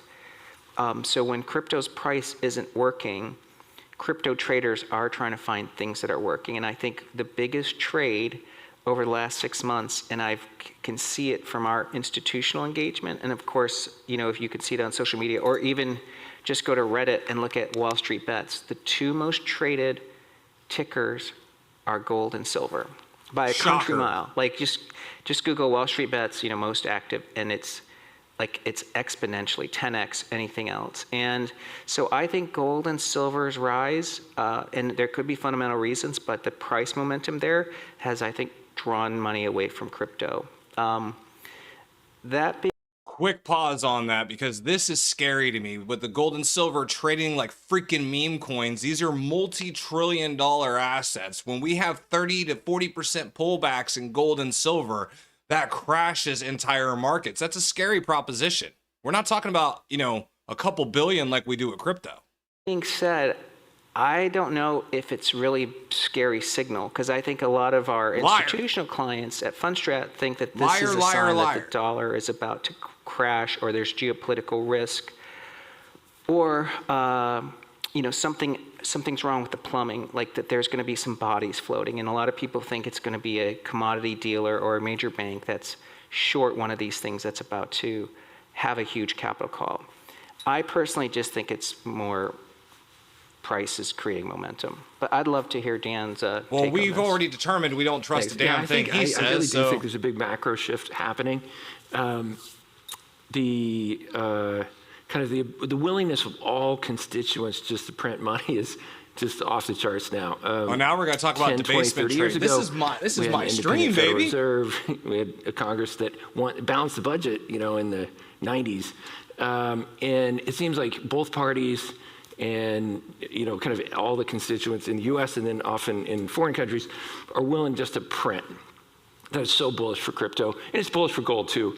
And I think, the perspective I have is, it's funny, our current president is negative on Jerome Powell, and we've been very negative on him since 2021 for not hiking rates high enough, and the president's complaining they're not low enough. And paper money is being debased at 3% every year, and that's called stable money now. Over your lifetime, that's 90%, so it's totally rational to invest in something with a fixed quantity like gold or Bitcoin. So, I really think there is a big kind of change in Just a quick note for celebration. This guy's literally discussing everything I've talked about for the last several months about the debasement, about printing, about the flee to gold and silver, and the flee to crypto assets to protect from the debasement trade. Those mindsets with this new, kind of ease at watching paper money be debased. And we once did a cool graphic that I think is still in our Twitter feed of essentially the price of paper money. So it's US dollar priced in bushels of corn, barrels of oil, ounces of gold, Bitcoin.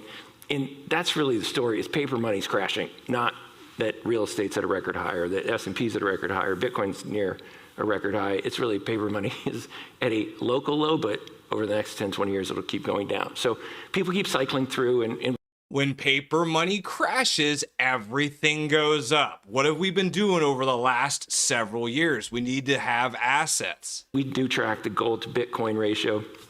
And yeah, gold got way ahead. But they do alternate back and forth. And actually, I think it's kind of cool that the total inflows to ETFs for both gold, old school gold, and digital gold, Bitcoin, are about the same over the last couple of years. So, markets, they kind of get excited about one thing, and it goes up a bit more, and then I think it'll cycle back into Bitcoin and it'll catch back up to gold. I mean, that's human psychology. That makes sense. Bitcoin will massively outperform gold. That's very obvious. So do we think that the new nominee for Fed Chair, Warsh, is going to exacerbate that, continue the current trend? Question mark, to be determined? That might, I think Dan may know more than me. Yeah, I've met with him a handful of times over the years. He's definitely super smart, but it is really hard to know, kind of what the stance is now. Obviously the Fed should be independent and should make its own choices, and countries that have governments that get involved in their that's not good. Central banks end up being banana republics. Sorry about that. I was trying to do something. Let's turn a little bit towards wonder if I could do it the more this institutional side of the question here. I think over the years we've seen institutional adoption of both crypto and tokenization increasing. Certainly the Bitcoin ETF was a major event, largest ETF launch of all time. How do we feel about where they're at in terms of their adoption cycle? To some extent, we have pretty material deregulation. I think if you chat with major bank executives in a private room, or asset managers, or really anybody within traditional finance, I think they're actually largely relatively prepared. They've been looking at this stuff for a while. They've been doing pet projects for a while. Fixed it. Now I got your comments on here. Do we see that side bet turning into more of a larger scale bet?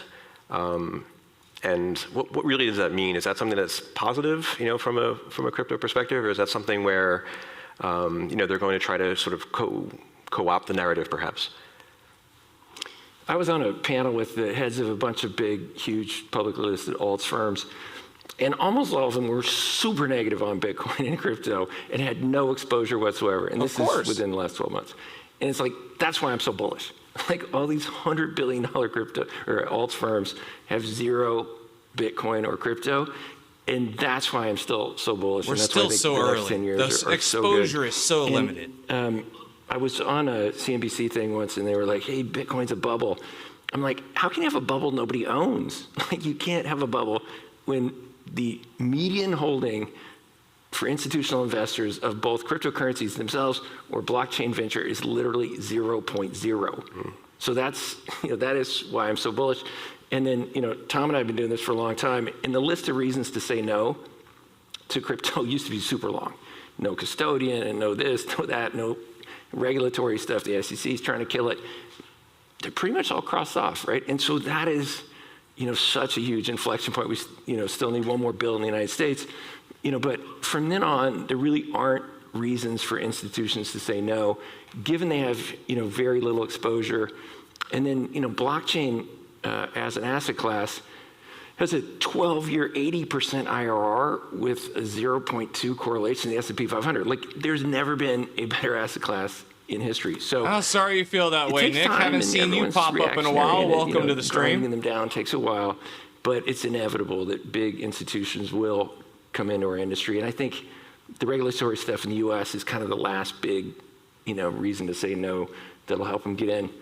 And then one of the things that's helping institutions is there used to be this perspective that crypto's super risky, and we all grew up in the capital asset pricing model era where volatility equals risk.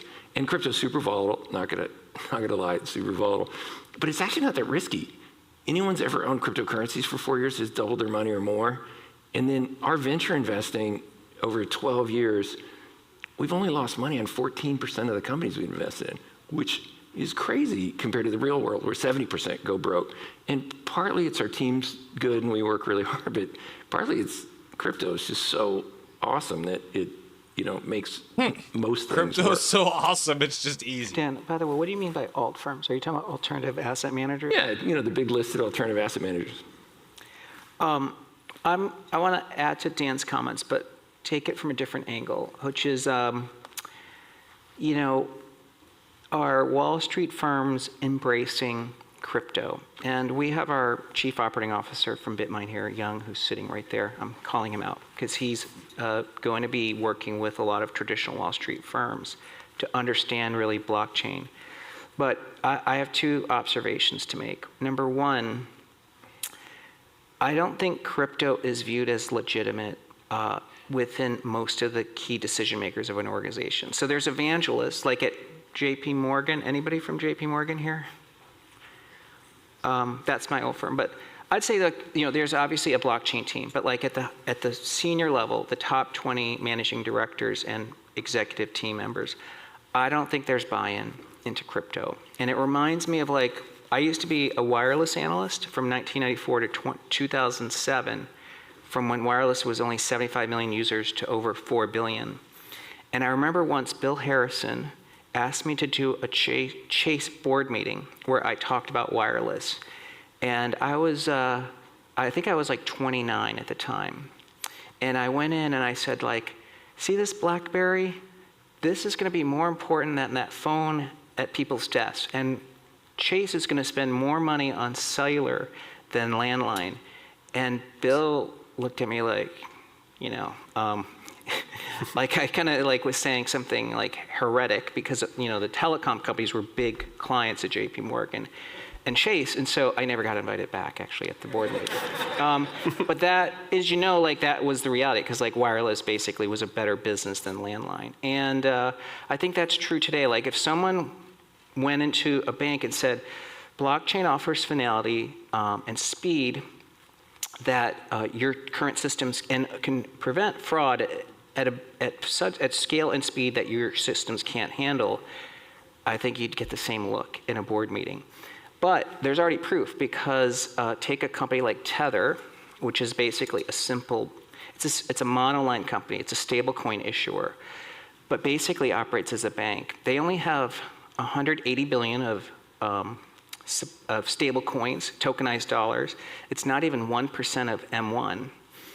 And their profit this year, and I'm projecting because I don't actually have their numbers, but I think if you look at their GAAP net income in 2026, it might be 20 billion, which would make them a top 5 most profitable bank in the world.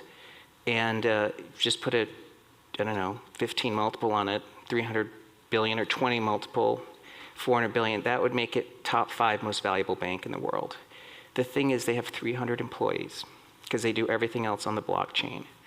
JP Morgan, which is the largest bank in the world, has 330,000 employees. So to me, it's, crypto isn't accepted. Things are changing, as Justin said, but I think Wall Street wants to hijack that narrative, but I think native blockchain companies are like open source. They may end up being better businesses.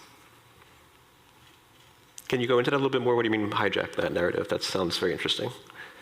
Oh, well, actually, I don't want a target on my back or on my front or my forehead. All right, we can come back to that next year then. Yeah. So speaking of especially the more regulated institutions of the world, regulatory landscape obviously always is a part of the conversation.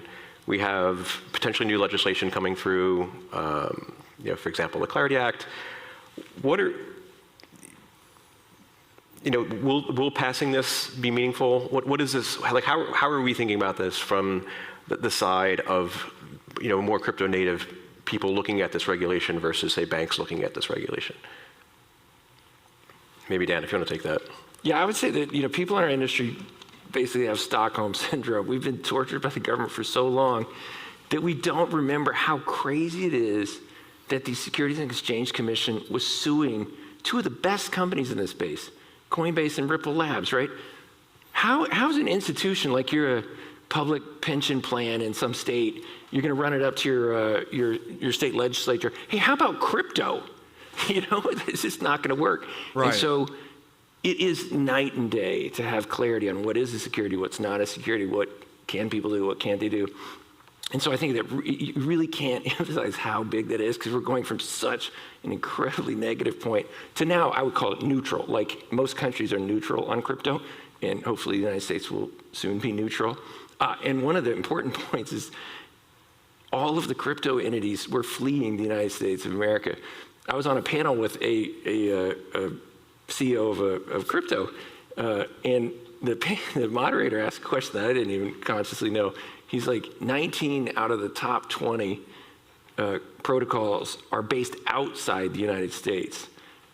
And that's bad. That's the opposite of the internet, right? All the major internet companies in the world, or in the free world, are in the United States. So I think this is massive. Tom, any thoughts?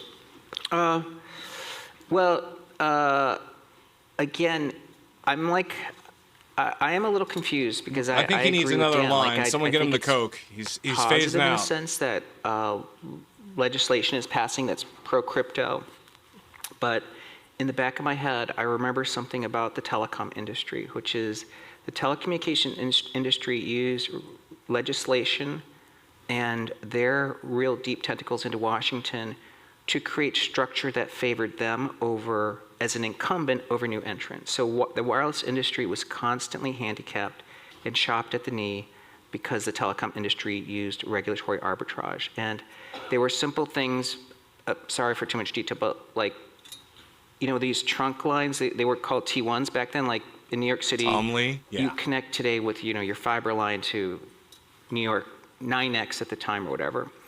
That would cost you $20 a month if you were a doctor's office. If you were a cellular company, you were paying $1,000 a month because that was considered terminating access for a competitor. And I think, crypto regulation, it has a risk of being crafted that way, which would handicap the new entrants, but really create favorable terms for existing companies. And I think part of that is why there's, of course, a big battle taking place with the Clarity Act. I'm, again, not trying to express my opinion. I'm just expressing what I've seen in the past. Fair enough. So potentially regulation is a catalyst that we see. Are there other catalysts that we're looking at in addition to regulation, perhaps, say, IPOs, other things that are going on? What are you guys seeing looking forward for 2026 in terms of what could be catalyzing change in the upcoming year?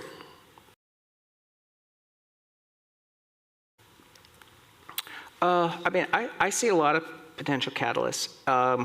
One of the things that I think people forget is that crypto benefits from adoption. Like more people that use crypto wallets or end up using crypto as a settlement layer, the more the network effects take place. And that's why certain crypto projects are doing so well. In 2026, do I think crypto starts to become invisibly more part of everyone's lives? Yeah, I think that's 100% happening because tokenization of dollars is now making money a digital good that becomes harder to differentiate between like what a dollar is versus a digital good versus what people ascribe value to. In other words, like as we start to tokenize more things, then people just start to think everything is a form of money. And that actually grows crypto adoption. I can see that happening in a lot of ways. Tokenized stocks, trading on-chain, tokenized credit. This is all creating that invisible adoption of crypto and blockchain as a settlement layer. I think there's a lot of mainstream folks that are also going to be launching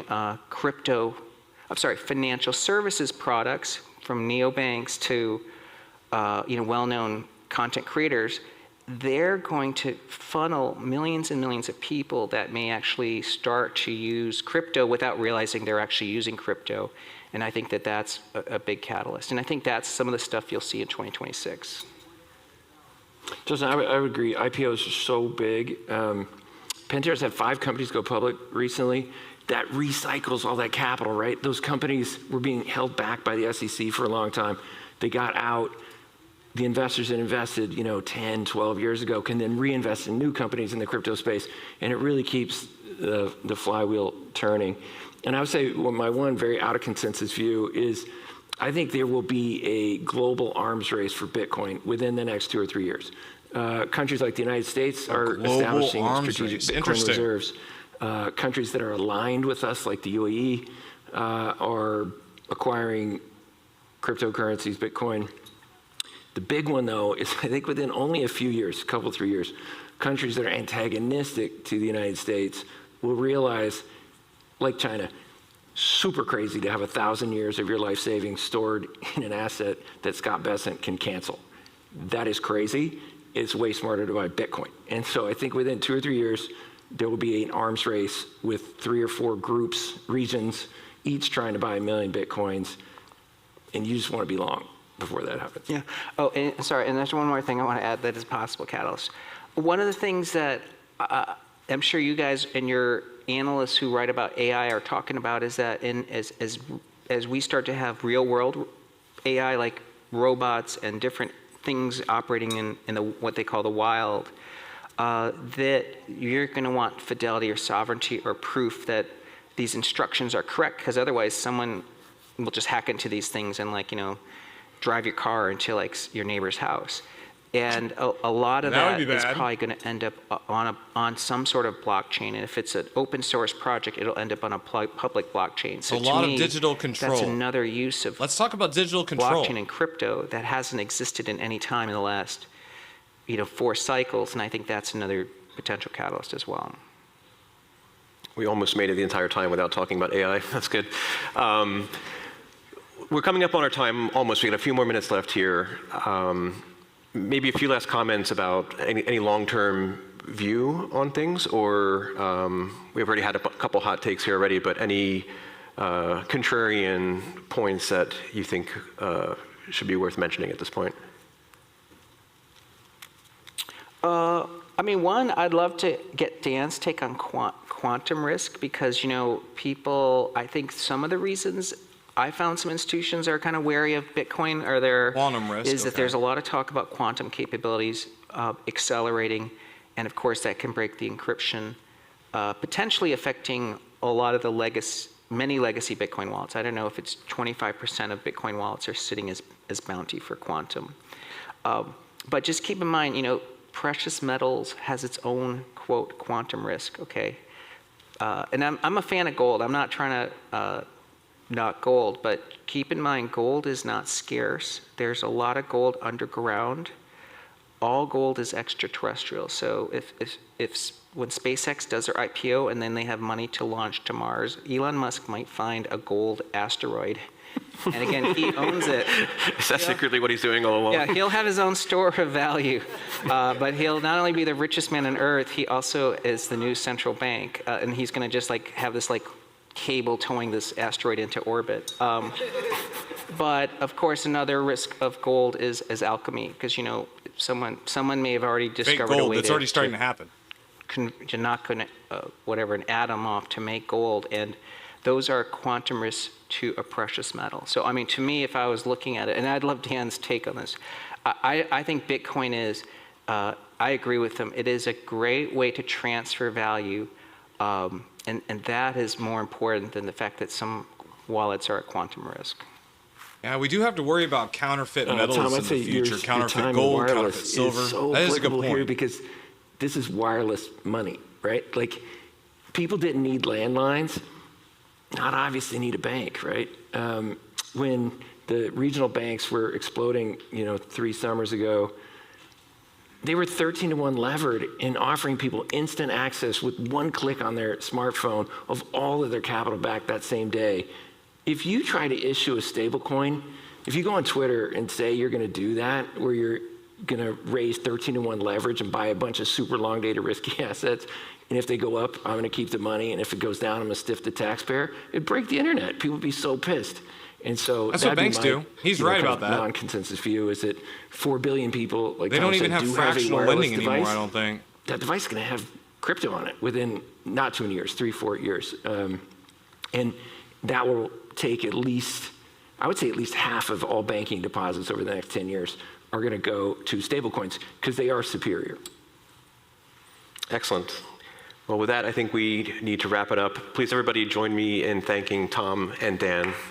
Thank you, guys. Lots of information there. Let me know what you guys think. How do you think this is going to play out? This is a lot of information. There's a lot of major players. Welcome back. We just had a very interesting session with Tom Lee of Fundstrat and Dan Moorhead of Pantera discussing why we're being gripped by a seemingly crypto bear market. Fundamentals look good, but market structure and leverage on offshore exchanges have potentially been holding us back. Moorhead said that he thinks Bitcoin will outperform gold over the next 10 years. And Tom Lee raised questions about what Elon Musk finding gold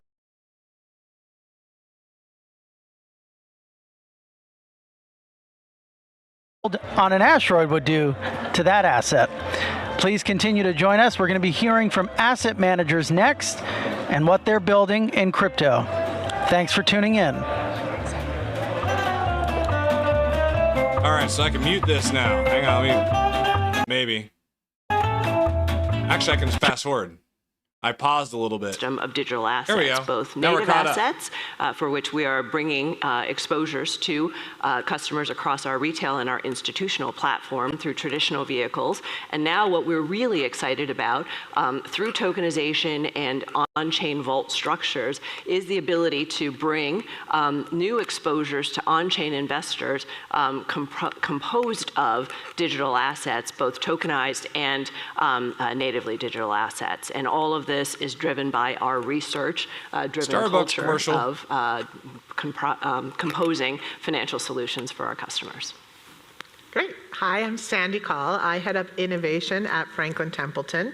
And innovation is broad because this digital asset universe is now expanding into every part of our business.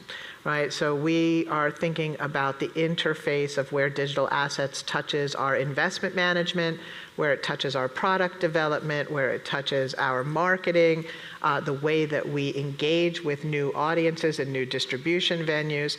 And so we are looking at this holistically and thinking about how it plays into some existing industry trends around personalization and customization of portfolios. And obviously, wallets offer tremendous potential in that regard. So all of those different functions report up to us. Our digital asset unit is part of our innovation team. And like Cynthia, we are exploring a whole variety of new offerings and excited to be here. Thank you, everyone. I'm Will Peck. I'm head of digital assets at WisdomTree. WisdomTree is a $160 billion asset manager, so that's our part of the 12 trillion. We are one of the kind of original ETF pioneers. I see some people in the audience who helped kind of make that happen at WisdomTree in the ETF industry more broadly. We saw tokenization kind of similarly to how we saw ETFs 20 years ago. Compared to mutual funds being the next evolution in the wrapper, the next evolution in asset management as a technology. So for us, we've got a focus around tokenized registered funds here in the United States, including our money market fund. We make those available to US retail through an app we have called WisdomTree Prime, also to global businesses through a platform called WisdomTree Connect.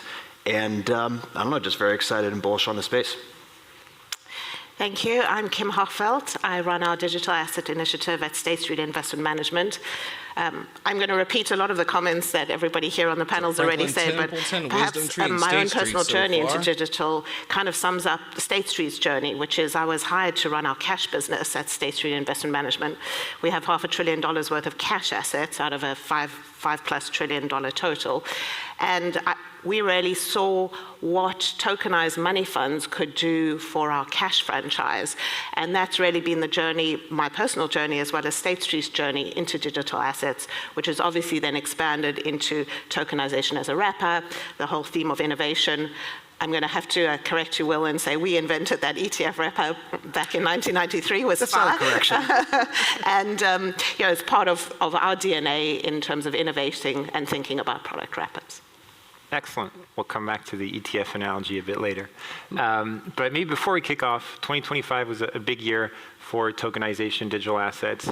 I think each of your firms have either significantly scaled your tokenized money market funds or announced launches of products. If we take a bit of that step back and think through a bit of the lessons learned, we've gone from about $3 billion in tokenized money market funds, I think a year ago when we were at the summit, about $10 billion today.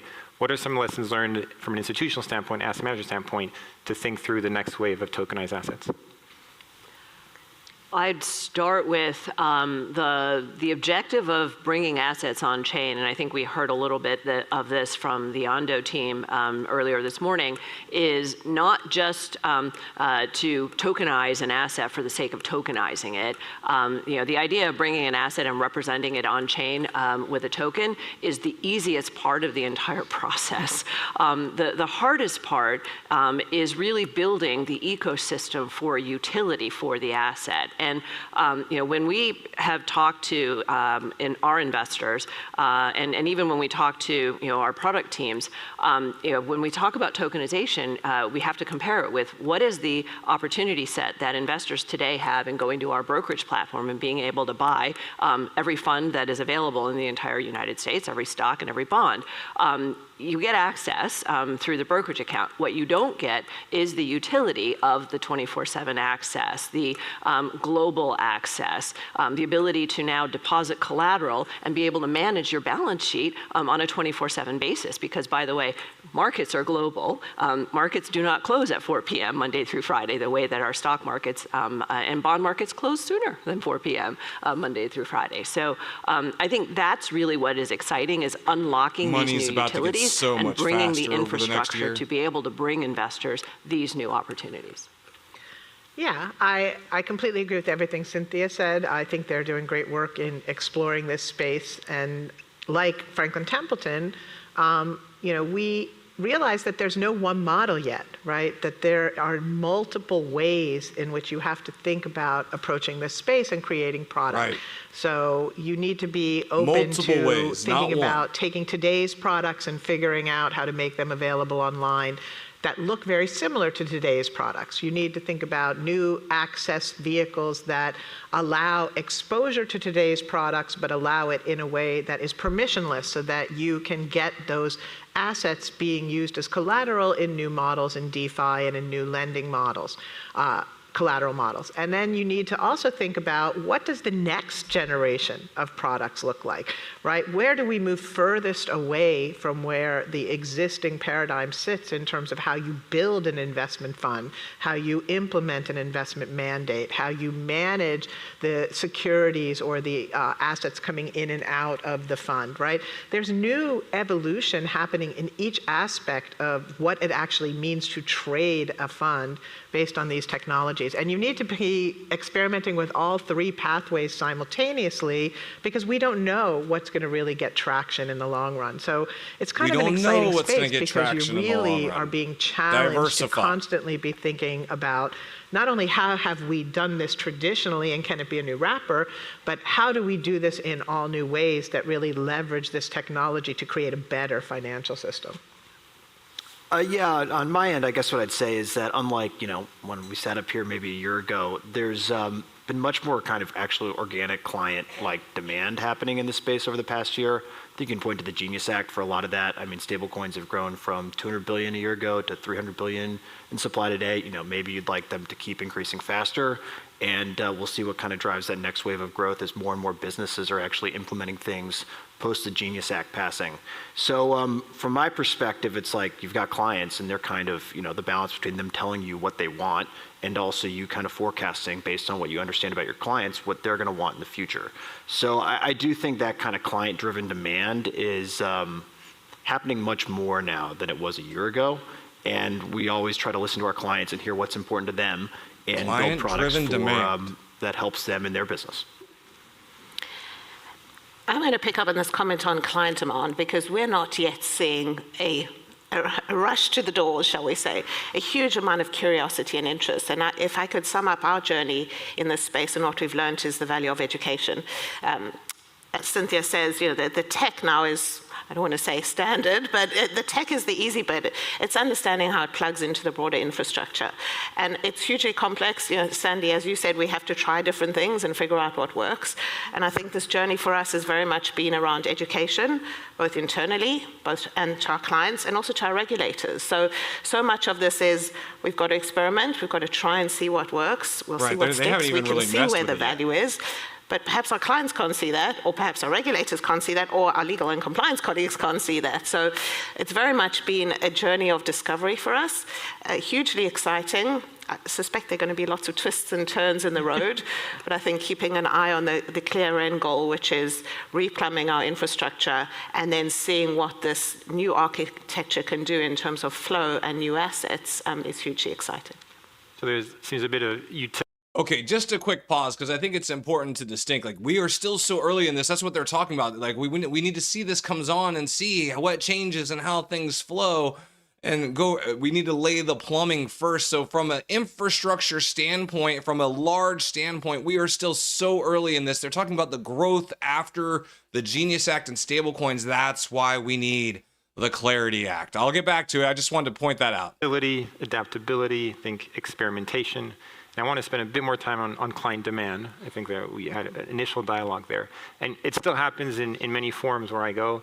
I get the question, which is usually quite a leading question. I don't have demand. I don't have clients tapping at my door and asking for a tokenized product, which is usually a polite way of saying, why are we tokenizing? Like, why should I care?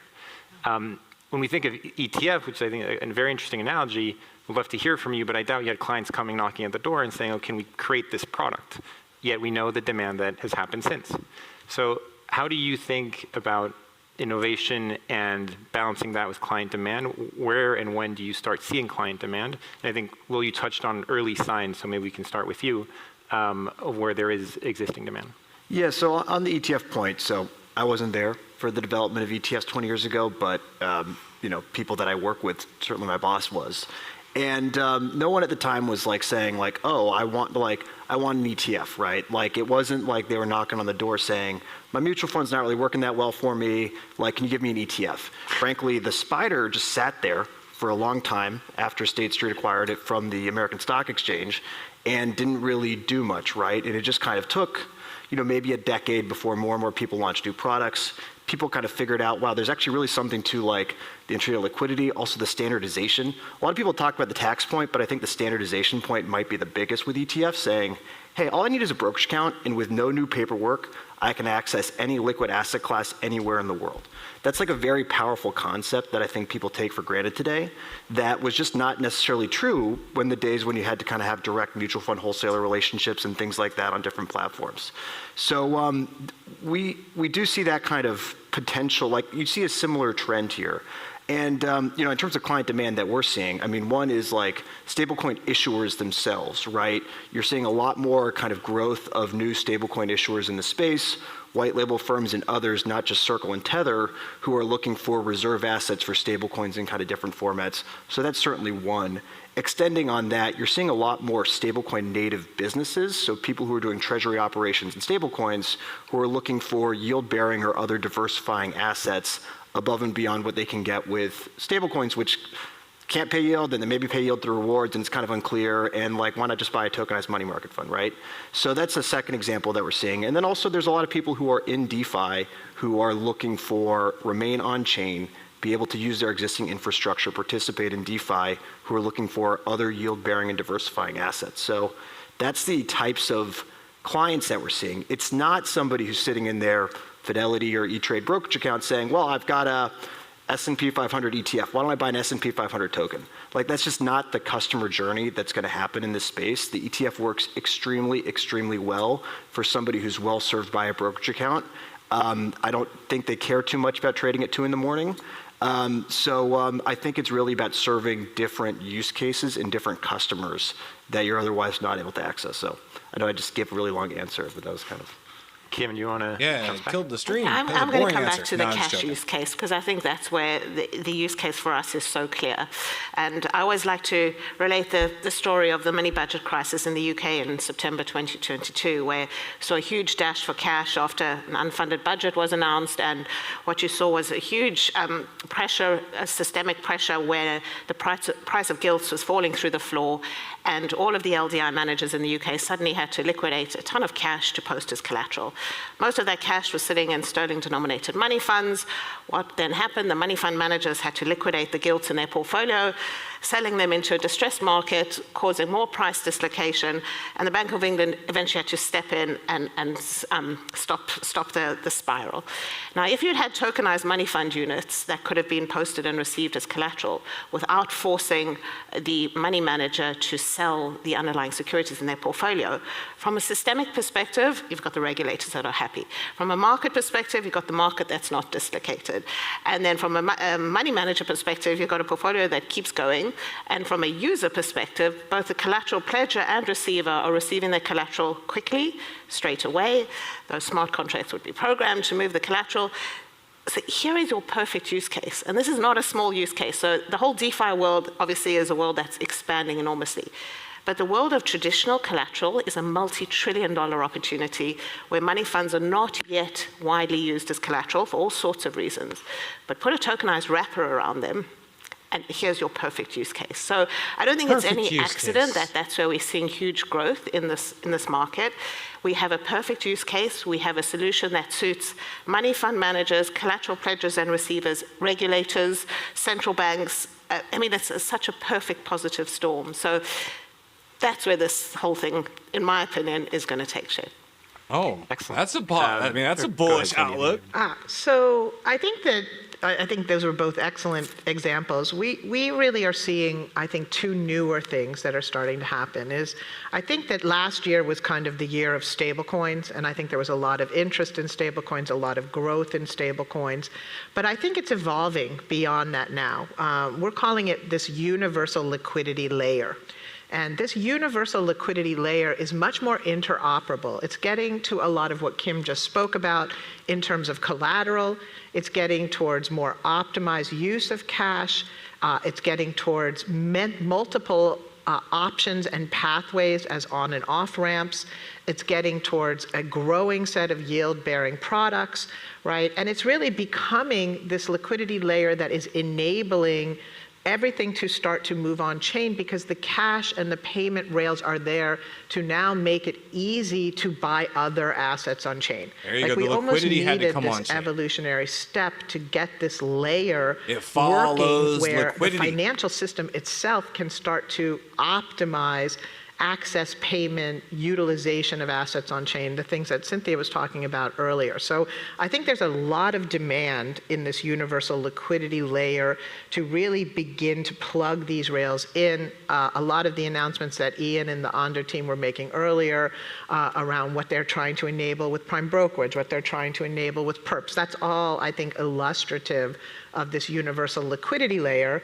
And now, because that is really advancing very quickly, we're now able to start to be launching the products on top of it that are moving the assets out of these fragmented accounts that everything sits in today into the wallet. And then getting those assets into the wallet is where new demand is emerging, new demand from people who have wallets and want to directly access assets, new demand from people who have tremendous crypto profits, whatever's left after the last few days, but tremendous crypto profits that they're looking to get diversified, right? We're going to start to see now the product layer that sits on top of this universal liquidity layer expand a lot. And there are multiple demand sources emerging for that. So it's a very exciting time. Important. They've been laying the universal liquidity layer, talking about plugging in rails, turning on pipes. We've been talking about building out the infrastructure of the XRPL. This is the Ondo Summit. But we've been talking about building out the infrastructure of the XRPL and that we needed to have the liquidity and the infrastructure in order to turn things on. That's basically what she's just saying. is now that the liquidity layer is there, they're going to build out with more products. What's interesting is most of the demand sources are still digitally native demand sources, and therefore it's flying under the radar, I think, of a lot of the traditional financial industry. You really have to be aware of how the infrastructure is developing to understand where the pockets of demand are coming from right now. But as things move on chain, that's going to become better and better understood. Exactly. So it looks this like is the beginning, demand, man. We're seeing so use early. cases that are emerging, increasing products on top of this universal liquidity layer.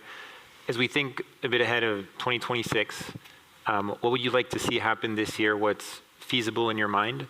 So that next year at the summit, I can ask you the same question looking back. Maybe what I would add on from the asset manager's lens, and this is the corollary to all of the points that Sandy just made, is when I look across the innovation that's happened in the asset management industry over the last several decades, asset management is really about being able to deliver professional investment, portfolio construction, professional asset investment management to investors in a packaged product. So we started with the mutual fund, which was a tremendous innovation in 1940 in the ability to be able to aggregate a number of different clients' assets and to deliver professional investment management through that one vehicle. One trade, you get access to professional investment management. Next, I would say, comes the ETF wrapper, which gives you more real-time ability to trade that asset. I'd say, as I remember the days when iShares was part of Barclays, and iShares had a massive retail campaign. But what was the early introduction to the ETF was country baskets. It came out of the investment banking cash desks, where they were looking for ways to help institutional investors hedge exposures in more sophisticated ways than just single assets. So from an asset manager standpoint, that evolution of being able to package that into a daily intraday traded vehicle advanced, better investment and trading, and of course tax efficiency.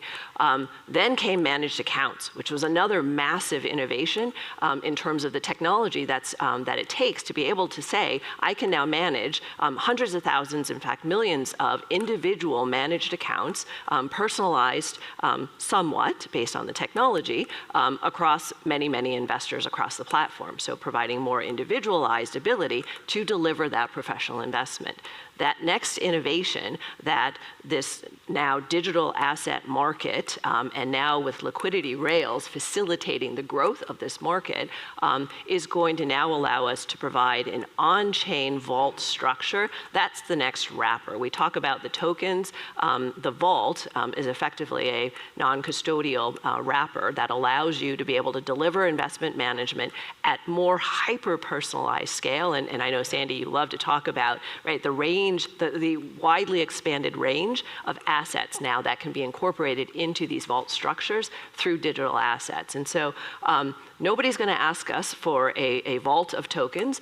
They're going to ask us for more personalized financial solutions to help people manage their financial lives. And I think this next innovation for us as asset managers is not just the product, but it's the client interface. How is it that we're going to allow investors to access this new broader range of products?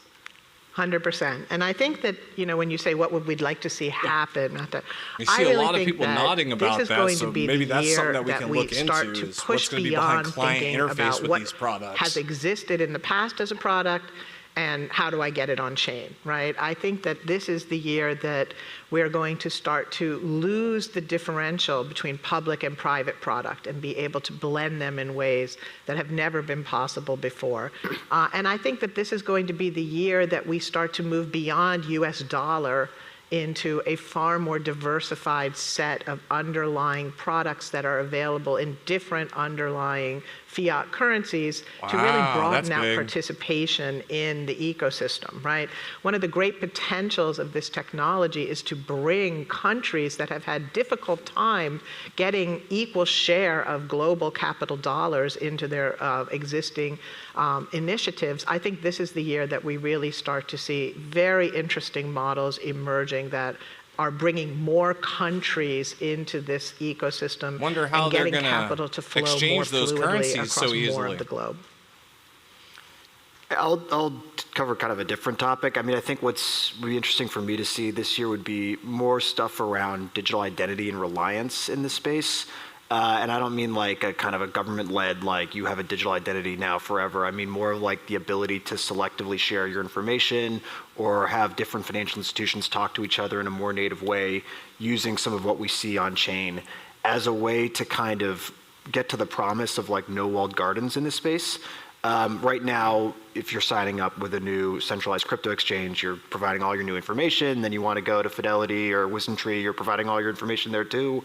And like, it'd be good to get beyond that in a way such that people aren't trapped within kind of the walled garden of their ecosystem. And this applies across both crypto, at least for centralized products, as well as traditional products. And I think this technology allows you to do much more than that. And I don't think it's going to get solved this year. We've been talking about it for like 10 years now, so I don't think it's going to get solved in 2026. But it'd be interesting to me to see like real steps there this year, and I think that would be a very consumer-friendly thing to do. Well, I have to admit that on my Christmas wish list for 2025 was the global regulators to get together and coordinate their approach to digital assets. So I think for us, that's a major challenge in really scaling what we're all trying to build here. So especially sitting in London where we have the European Union on one side, the FCA that's trying to decide where they fit in between both sides of the Atlantic, what's happening here. You know, really interesting how quickly some of the regulators in the Middle East have moved. It's so much easier to launch new products there and what's happening in Asia. So I think for us, regulatory harmonization to some degree and getting some standard setting would be absolutely critical. Standards, regulation, so harmonization. I hope when we're sitting here this time next year, we've had some of those loose ends tied up. That's what institutions care about, regulation. Excellent. So hopefully a lot of innovation on the product identity and then regulation. I'm sure all of us are very focused on. Maybe in the last couple of minutes, we'd like to project ourselves even further. Imagine we're in a world, we have trillions on chain. What does asset management look like from a product standpoint, experience standpoint? Then we started touching on personalization, but would love to get your view, like your vision. How can this transform the asset management experience? Happy to start. I would say from the standpoint of the way that asset managers function and operate, our core competencies remain the same: research, portfolio construction, risk management. How it is that we are able to express these competencies in creating portfolios and being able to deliver those exposures is what then is that next generation of Wall Street 2.0, is the ability now to hyper-personalize and deliver down to the individual investor, not just what your long-term, short, medium, and long-term financial goals are, but how to actually hyper-personalize that to the standpoint of personal liquidity management. You can now really tie your day-to-day objectives to the way in which your entire portfolio is constructed and how you can access that portfolio, and it's all through the ease of one app. Yeah, I would say that, there's going to be no differential between banking, wealth management, asset management, personal investing. A lot of people have lost recently. Totality Many people bought of at their the top wealth this year. You're not is alone. going to be represented in these wallets. And the advice layer that's going to be able to be brought into that and around that, the degree of personalization, as Cynthia says, that's going to be applicable to that, and the ability for every one of us to bring every asset we own into the portfolio and have it considered as part of our personal exposures, that's going to be commonplace. You're not even going to notice this. This is going to be handled by agents, by smart contracts. This is going to just be your portfolio, and the way that it enables your life is going to be happening moment to moment in your life, and you're not even going to notice it because it's going to be so seamless and smooth. Yeah, I mean, I think there's going to continue to be a lot of change in asset management. The role of an asset manager has changed probably a lot over the past 30 years, dating back to when Jack Bogle started Vanguard to today. Things have changed a lot. So I think that's going to continue to change. I think the role of curation is going to continue to be very important in a world where, like, everything is going to be available. Kind of retail access to financial markets is much greater than it's ever been. So I think there still is going to be a really important role for curation advice in that world. Yeah, I'll take the institutional angle for a minute because that's our core client base. And institutions have always had the luxury of having customized portfolios. So I think what you'll see is that level of customization with much greater efficiency and lower costs. And then that will be brought not just to an institutional investor, but to each one of us. Excellent. Well, on that note, I think we're right on time. So thank you to all our panelists.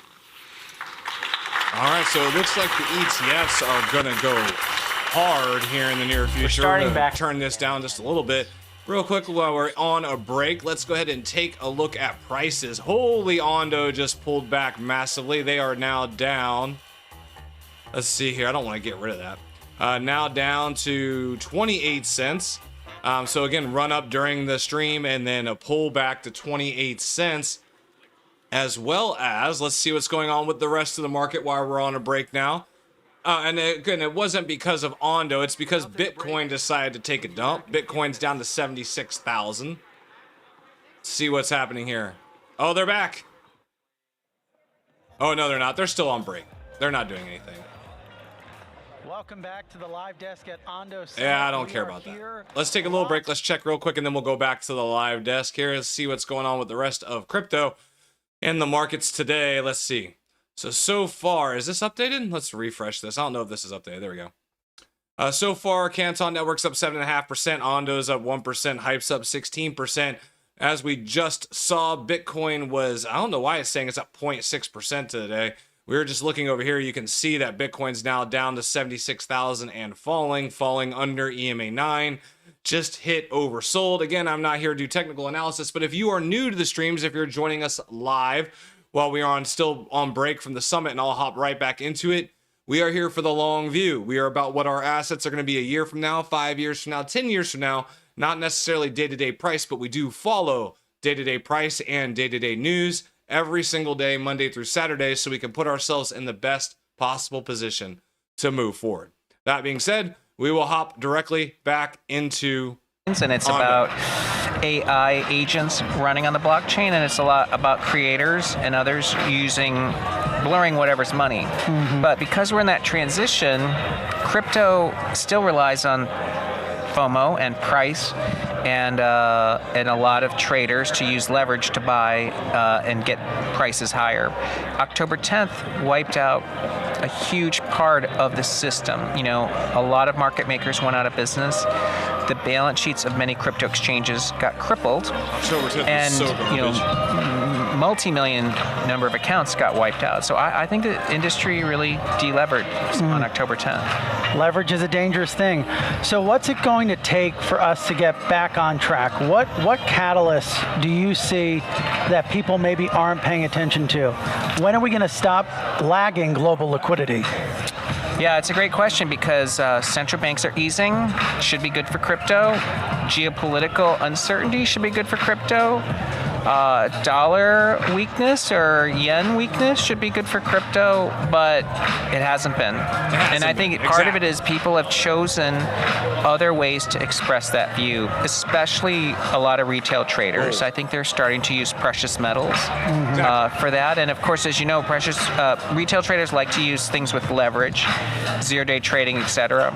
And it's so evident because if you go to Wall Street Bets, the two most talked about tickers are silver and gold. Like, they're not talking about anything else. So until crypto prices start to bottom and recover, I think crypto doesn't have reflexivity. What signals are you looking for to mark that bottom? I think we're close, Frank. Because on the one hand, there's a huge camp of people that say we're in the 4-year cycle. What do you think the and bottom so is? it's going to take a year. Because it's going to take everything down with it until we the timing kind of lines up. We're in a 4-year cycle. However, on-chain activity is arguing against the 4-year cycle because usually on-chain activity starts to fall. Like active addresses, wallets are falling. But look at Ethereum. when you look at June when Ethereum was exactly at this price, active addresses is up like 115%. Daily transactions are up 77%. Total value locked on get your account set transactions. in terms of real world assets is up like 50%. More than the history of the So ledger over the 23 last billion few this months. Look at your the payments. past 30 days. Yeah, Increasing so and this is the spiking over opposite 1.5 of what I million would last 4 consider to days. be a crypto winter. Well, how much is Crypto quantum winter, risk that playing a doesn't role in sound this? good. You Winter mentioned is it, coming. or at Let me least get it my was Game of discussed Thrones on stuff your going. panel. We saw in Galaxy's earnings report that they had a client partially scale back a position by 9 billion because of quantum risk, at least partially. How big of a risk is that? Well, quantum is part of the conversation. We'll see who gets the closest. So, like, I are said 68 people or 55, reacting to so it? everyone's saying, I'll go yes, with 55 for because my it's bet. come up in so We'll many of see my who gets conversations with closest. How low do you institutional think investors, Bitcoin's gonna go? and Let me know in the chat. I'm that saying makes them 55K. uneasy. So it is affecting the price. Is quantum actually a risk to Bitcoin at the moment? That's a good question. I think it's unknown because today's quantum computers can't break Bitcoin encryption.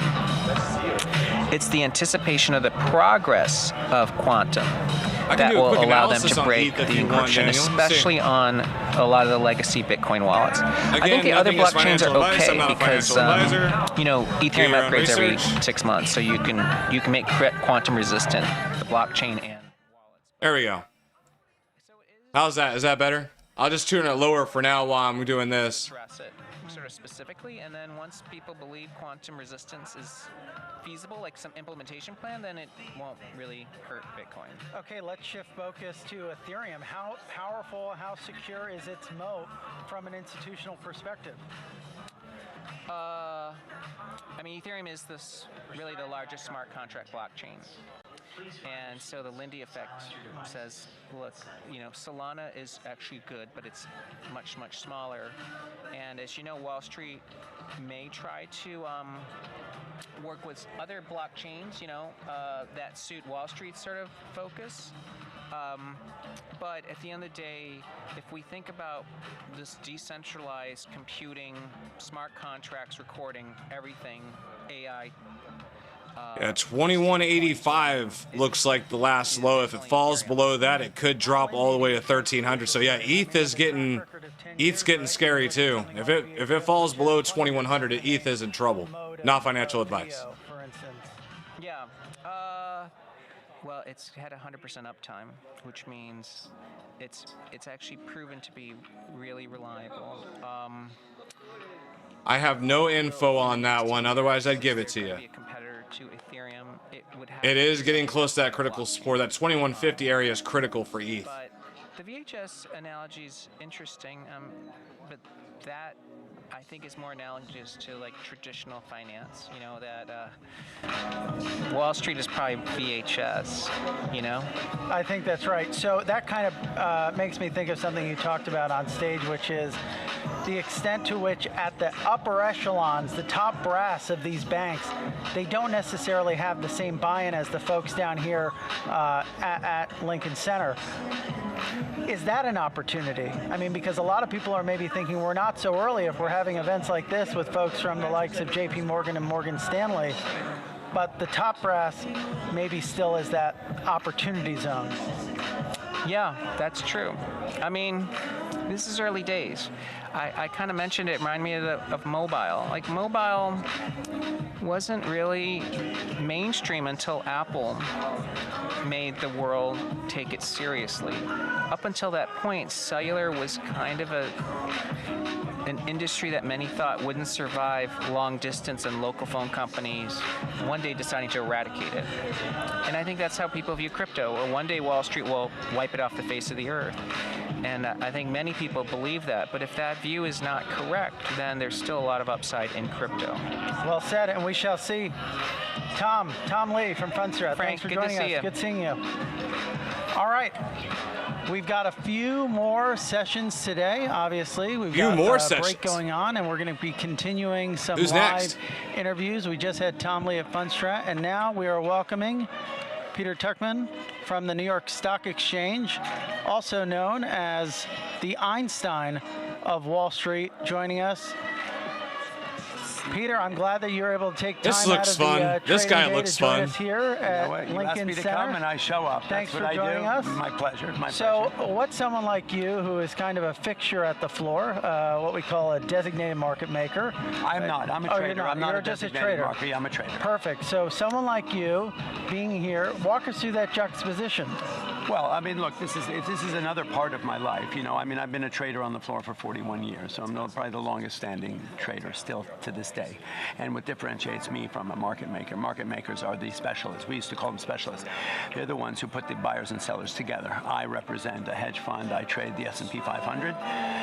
But there's another part of my world, which is, you know, in about 2017-18, I pivoted a little bit to social media, and so I have a number of podcasts, and I have an academy teaching people to trade. I've sort of taken on, you know, I have a huge platform on social media, and so I've used that position to try and educate the 5 next minutes till the next generation, set. It's really important for me to, you know, I found something I love to do. So they're going to be doing these things. Again, if you guys have questions, comments, thoughts, concerns, let me know. You know, the They're on break accessibility till of their next trading panel. is the democratization of the trading and investing community that happened around COVID, right, has exploded, right? There are 50 million plus new young retail traders are trading the market, right? When you have Robinhood and Webull and all these free trading apps that gave access, but none of them gave an educational component to it. Totally. Right? And so there's a gentleman who I started on Wall Street with named David Green. He and I decided that he left Wall Street when Spear Leeds and Goldman Sachs did a big buyout in 1999, and he's been teaching trading ever since. And so we saw an opportunity and decided we'd create this academy called Wall Street Global Trading Academy. We have 30,000 plus students. Oh, this is a plug. Analysis, which is shameless plug. Wall Street Trading Academy they're doing over there. Someone who's been on Wall Street for over 40 years, right? For the new generation. So real quickly, I'll leave this running in the background. Real quickly, for those of you who came in late, where we're on the break for the Ondo Summit, it's got about 3 minutes left till it gets to the next phase. So far, we've had the ETFs, and we've had Tom Lee, and we've had Pantera. So we still have on the books, you know, BlackRock, major banks, MasterCard's there, Ripple's still there and has yet to talk. So there's still quite a few big panels come up. We've only had the ETFs and Tom Lee pretty much, and the guy from, what's his name? Dan from Palantir or something like that. Or Pantera, Dan from Pantera, that's what it was. So we still have a few more coming up here in a couple minutes, but if you guys are catching the recap, mind you, it was announced this morning that they are essentially building a tokenized version of Wall Street. It's already going live. They're working on prime brokerage so they can help create that universal liquidity floor and continue to build on top of it. But Ondo is creating a parallel tokenized stock market. You can skip back to the beginning if you want to catch how they laid all that out, but there is a lot coming for Ondo. As well as we had earlier discussed that tokenized diamonds are now available on the XRPL. And if you're new to the stream, we are here Monday through Saturday at noon every single day. Went a little bit earlier today because of the Ondo Summit, and I'll be going live on the 11th for the community day for XRP Ledger as well, right, for Ripple. But we do stream every single day to cover the news, the prices, because again, we are here for the long view. We're about what prices are going to be 5 years from now, 10 years from now, not necessarily what they are today, and positioning ourselves for the best possible position over those next 10 years, as we saw a lot of the same people in this very panel from the last panel, right? The ETFs talking about 5 to 10 year outlooks for cryptocurrency and how we're still waiting for a lot of things to be built because we just got that utility, that liquidation layer, that utility and liquidation layer set, and we're still waiting for clarity, right? They talked about how much was built with stable coins after the Genius Act came online. The sentiment that has been echoed throughout every single panel at this point is that they need regulation and clarity. And I can guarantee you Brad will talk about that as well, or whoever is on stage from Ripple for that matter. I guarantee you Ripple will discuss clarity as well. I appreciate you guys all being here. Again, engage in the chat. Thoughts, opinions, questions, reactions as we go through these panels. Let's build this up wide, build this up wide. Sorry, let me get my words correct here so we can continue talking about the tokenized financial infrastructure of the future and how to build out for the long view and move away from the hype and the memes and all of this stuff that's causing people to lose money from buying at all-time highs to all the way to this point now, okay? When there's blood in the streets, buy the deep. Follow the money. Not financial advice. I am not a financial advisor. I'm here for entertainment and educational purposes only. You should always consult a financial advisor before making any investments because you can lose everything, as a lot of you have probably learned by this point with this most recent pullback in crypto. Imagine this, you get on a plane, taking off for Europe, and everything's fine, it's on automatic pilot, it's good. What happens if you run into turbulence, you run into a storm? You want to open the cockpit door and know there's a human being there flying that plane, don't you? You don't want, right? I don't know about you, I'm not going to sit in the back of a self-driving car, it's not my thing. When it comes to my money, whether I'm investing or trading, I want a human being involved, somebody who's going to pull me off the book, pull me away from the algorithm and make decisions based on, think about it, I always say we're one tweet away from crazy town, right? You know, the administration can throw a tweet out at 2 in the afternoon. You can be in a trade for all the right reasons, the market falls. You want somebody at the point of execution who's going to pull you off the book and use judgment, historic judgment, somebody like me who's been there for years, to make those decisions for you. And we feel better with you on the floor, Peter. I sure hope Thanks so much. It's absolutely my pleasure. Thanks for joining us. My pleasure, thank you. And we're getting back into the sessions now. Thanks so much for tuning into the live desk. We'll see you shortly. My thoughts on Ondo are simple. It's leading in tokenization of Let's give a warm welcome traditional to our MC, finance. Brendan Flores. Here we go. Let's see what we got.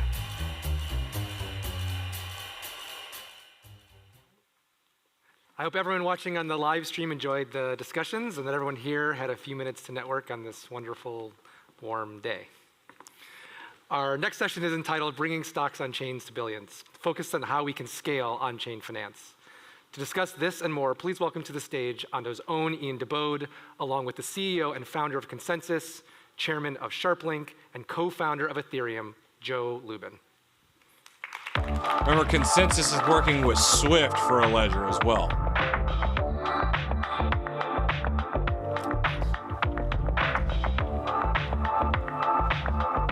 Everyone. Hello. Ian, how you doing? Good. Joe, exciting stuff going on. Joining us. Very exciting stuff today. We announced today that all Ondo tokenized stocks and ETFs are live in MetaMask. What do you think that means for you and for the millions of people across markets that can now finally access these instruments alongside crypto? It's a game changer. It's self-custodied access to instruments that most people around the world haven't normally had access to. So what you've been doing is tokenizing real-world assets, and tokenized real-world assets are now added to the natively tokenized assets and all accessible through MetaMask. And the kinds of assets. This is painful to watch. The way that you've been doing it is essentially a harbinger of how global finance is going to be moving. You've done some great things. Normally accessing equities involves T+1, T+2 settlement. You've done real-time settlement. That's a game changer for the velocity of an economy and for the ability of an individual to create some value in some sort of trade with their asset and then have it instantly available to do something else that's of value rather than losing access essentially to your asset for a day or two. This guy has talked for 2 minutes and said nothing. Access to trade 24/5 for the full work week. Enable permissionless access to move the tokens around anywhere 24/7, 365. Again, a game changer. Represents real freedom and agency, financial agency for people. Ability to use these tokens as collateral to borrow against, or in other kinds of situations to provide liquidity into DEXs in different situations to participate in in vaults or other sorts of portfolio constructions participate with full composability in DeFi. So congratulations to you, and we are absolutely delighted to be able to offer this to people around the world through MetaMask. Yeah, no, it's been a pleasure working with you guys as well, and we share the excitement of really. So they worked with Consensus to launch it through MetaMask. Custodial manner to have these assets also work in DeFi. I think a lot of platforms out there are actually not ready for what that really means in terms of access and how financial services would work down the line. But tell me a little bit, what does that mean for MetaMask specifically, to have all these assets live on the same rails? So it's part of the direction that we've been going in for quite a while.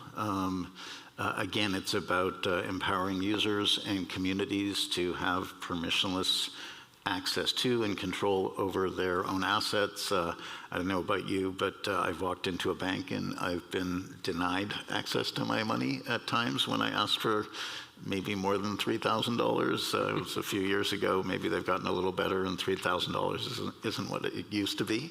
No, I tried to go take $5,000 out of the bank 2 days ago, or not 2 days ago, Monday, and they wouldn't give it to me. They would only give me $2,000. Features and capabilities at a rapid pace recently. So we provided access to hyperliquid perpetual futures, to equity perps, to polymarket prediction markets. All of these instruments are accessible within the safe confines of your MetaMask. You don't need to move tokens to a centralized exchange or explicitly bridge to some network to access those exciting instruments. We've been rolling out our MetaMask debit card globally, and that's a game changer also. I personally don't use MetaMask. That's just me. Do your own research. Your paycheck and moving it into your bank account so that you can make use of your debit card to pay for things in your life. You can actually move your capital into an account on Linea, and then you can move all your capital into DeFi. And if you're going out and paying for dinner on a Tuesday, on that particular Tuesday, right at that time, you're paying on the global MasterCard network, and some of your capital moves out of DeFi to essentially pay. And so instead of the bank earning yield on your back, you're earning yield on your money. And so MetaMask USD, they're basically making it easier to do what I've been talking about doing. Globally, we're very excited about that. We've got a rewards program which has just kicked off to bring people into our world in more diverse ways. Just so you know, what they're talking about, you can essentially do with credit cards. You can keep your currency in stable coins, or you can keep your currency in crypto and then use a credit card for your monthly bills and charges or whatever the case is. And then at the end of the month, just liquidate your stable coin or whatever and use that to pay off the credit card. Same difference. They're just making it a little bit more seamless. They're eliminating a step. You mentioned that these things are also available in a self-custodial manner, right? And some other tokenized products are not exactly like that. Why, in your opinion, does the whole concept of self-custody and being able to self-custody these tokenized stocks and ETFs matter in the first place? Yeah, so MetaMask is moving That's just towards crypto being in general. We want to be able to custody our assets. We want to own our assets. Essentially a neobank in your pocket or on your mobile or on your laptop. It's a different kind of neobank. It's a neobank that enables you to be fully in control of your assets. And why is it important to have self-custody of your assets? In a country like this, you don't really need that, except when the shit hits the fan and some sort of crisis happens. Maybe that doesn't happen in the United States. Let's hope it doesn't happen in the United States or major Western countries. But a few years ago in Greece, for instance, there was a bit of a financial crisis there, and austerity was implemented, and essentially a lot of people had their bank accounts haircut by a very significant percent. So you wake up one morning and you have a lot less money than you thought you did, and that's a very civilized country, and it can happen anywhere in the world. And so having full control of your assets in a way your keys, not your crypto. In a way that a government can't simply by fiat just destroy value or extract value from you. That is incredibly important. There are a lot more challenged nations in the world. There's a lot of crazy stuff going on currently. There are situations where women's rights aren't well protected, and a woman can earn money and take it home, and that money isn't necessarily safe from family members or community members. It is safe if that money is stored in a MetaMask, and the family members don't have access to that MetaMask. In nations run by tyrants who financially exploit their citizens and financially repress their citizens when the debt gets too large and inflation gets very high. Having access to stable coins, or even better, having access to financial instruments available to Americans or to citizens in Western nations that don't just hold their value as a good store of value, but represent the potential to grow over time. As the American economy grows, that's a total game changer. So you can be protected from your tyrant. Your tyrant can be weakened because the tyrant isn't able to exploit you anymore, and you can potentially access sort of aspects of the American dream. You can buy some Apple stock or some Google stock, and ideally that grows, and ideally that gives you the ability to do something more empowering with your life. No, I fully agree. One of the key themes that we keep on hitting on at Ondo, at least, is this concept of access to access.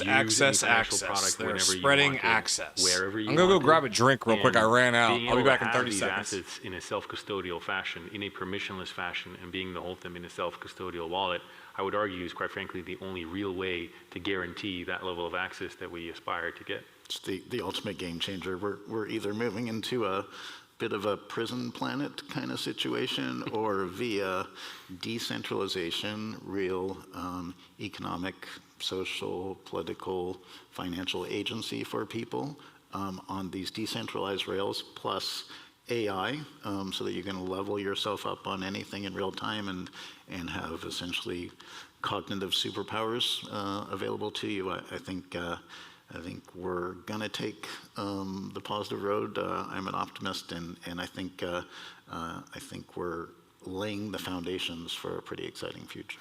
Awesome. You hit on something that I thought was also quite interesting, where people globally now for the first time can access all of these assets, traditional financial instruments, and having them alongside a crypto. There's really a convergence happening, not really a competition, but a convergence more of the traditional financial world with the crypto world. You could almost argue that the crypto ETFs in a way were the start of that, where crypto was introduced into TradFi just with a different wrapper, yep. And now all of these traditional financial instruments are coming on chain.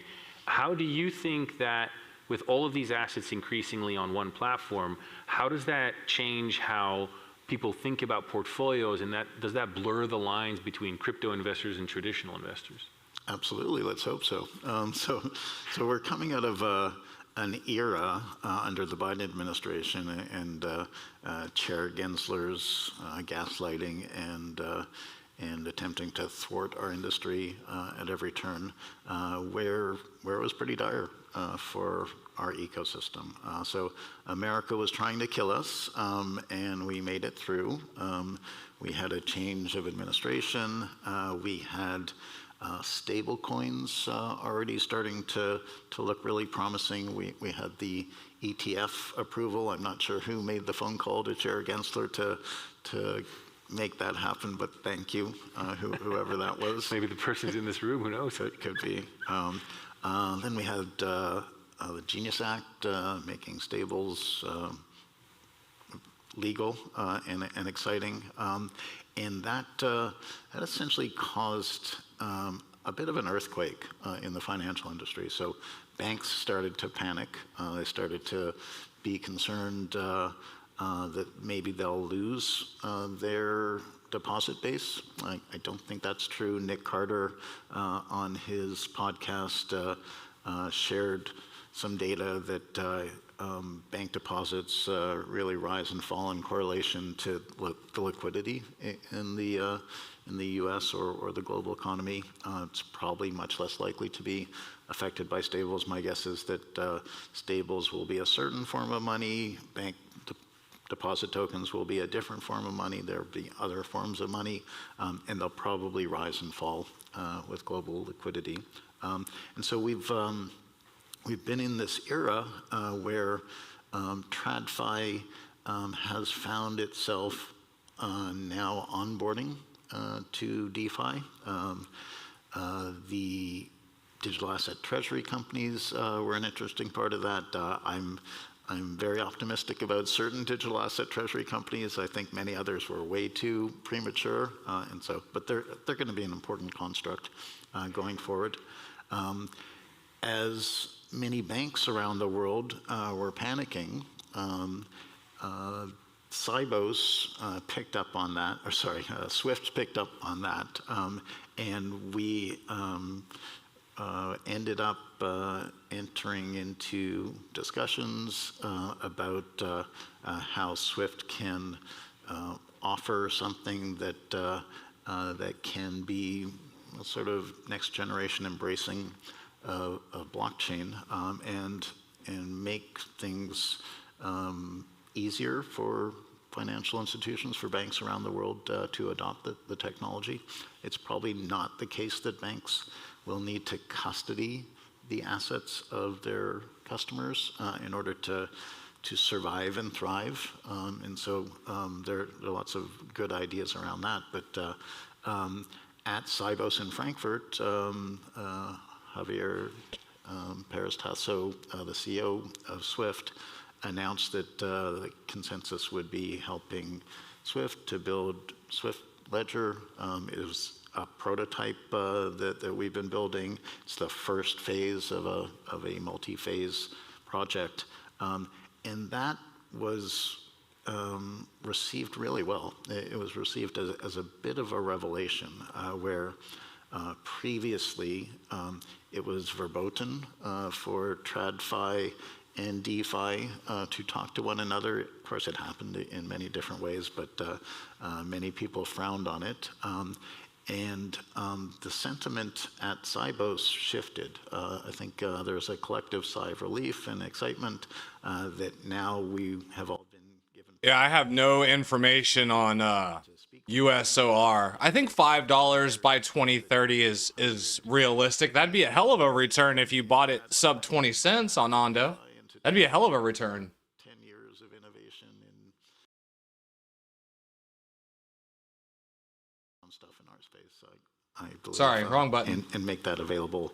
So decentralized trust is a main characteristic of what we're all doing in our ecosystem. And Satoshi invented decentralized trust. Ethereum perhaps perfected it and brought it to benefit every kind of application, not just narrow applications of money.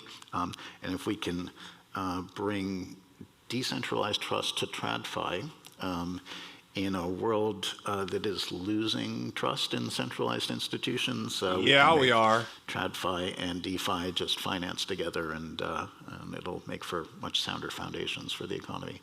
I love that. And a faster growing economy. No, I love that a lot. I think a lot of people actually don't realize, but Consensus has been active in the TradFi space and trying to get them on chain for a very long time. Longer than Ethereum has been up, which which is more than 10 and a half years. Yeah, that's incredible.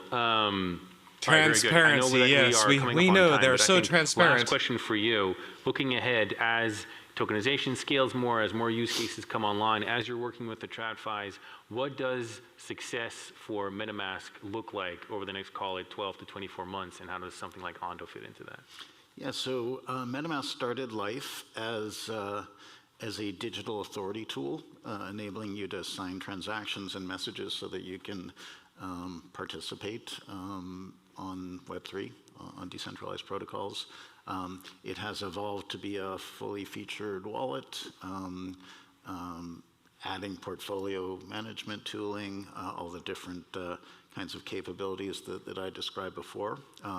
We're incredibly excited about our reward system because it's still going to take time. It's still going to take years for this technology to go really mainstream, and so we can reward people for doing things that they already like to do on MetaMask, and we can show people what to do by incentivizing different kinds of behaviors.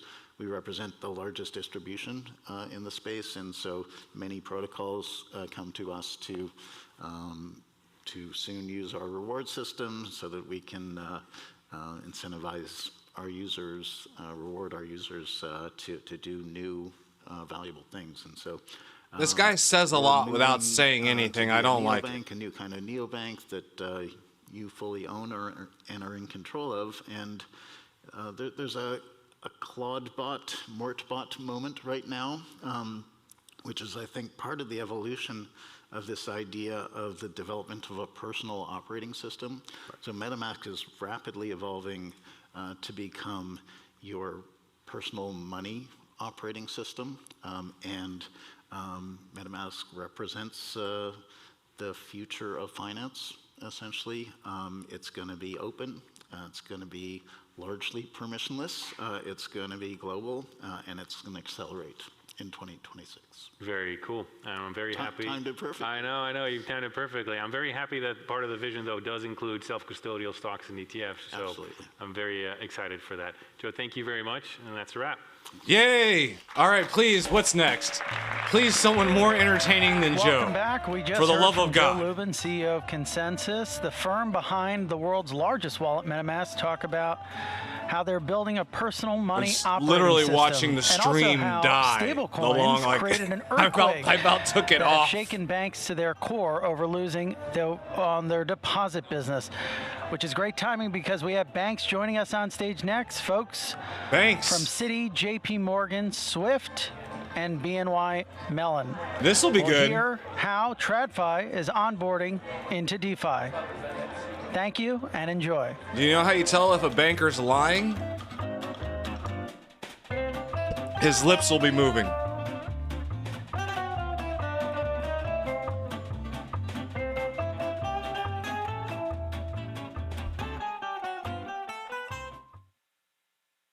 Right along. Our next panel session is entitled How Tokenization Will Redefine Banking and Payments. To discuss, please welcome to the stage our panelists, along with our moderator, again, Ondo's own Matthew DeVerne. On me, Jose.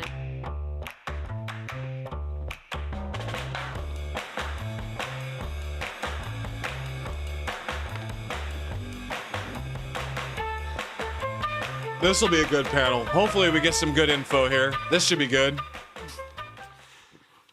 So hello again, and welcome to the next panel on how tokenization will redefine banking and payments. For this discussion, we have leaders from 4 of the most preeminent financial institutions, Citi, BNY, Swift, and JP Morgan. Before we kick off, maybe if we take 30 seconds each to briefly introduce yourselves and what your firms are doing in digital assets. Ryan Rugg, I head up digital assets for Citi's TTS business. Been at the organization about 3 years now, the team that launched Citi Token Service, so look forward to sharing more. Patrick Corker, I'm in the product and innovation division at BNY under Carolyn Weinberg, and we're focusing a lot on tokenization of all things, including many of the digital extensions of our traditional business today across cash collateral payments and fund infrastructure. I'm Tom Shack. I'm the Chief Innovation Officer for Swift. I've been in that role for 6 years now. And we've had some pretty exciting announcements just recently at the end of last year, both in terms of improving the customer experience for existing cross-border payments and the corresponding banking business model, as well as announcing adding a technical infrastructure layer, a blockchain layer, on top of the SWIFT network, which we'll get a chance to talk about more later on in the session. Oh, okay. Well, we get to see what's going on with SWIFT. Partnerships for Connexus at JP Morgan.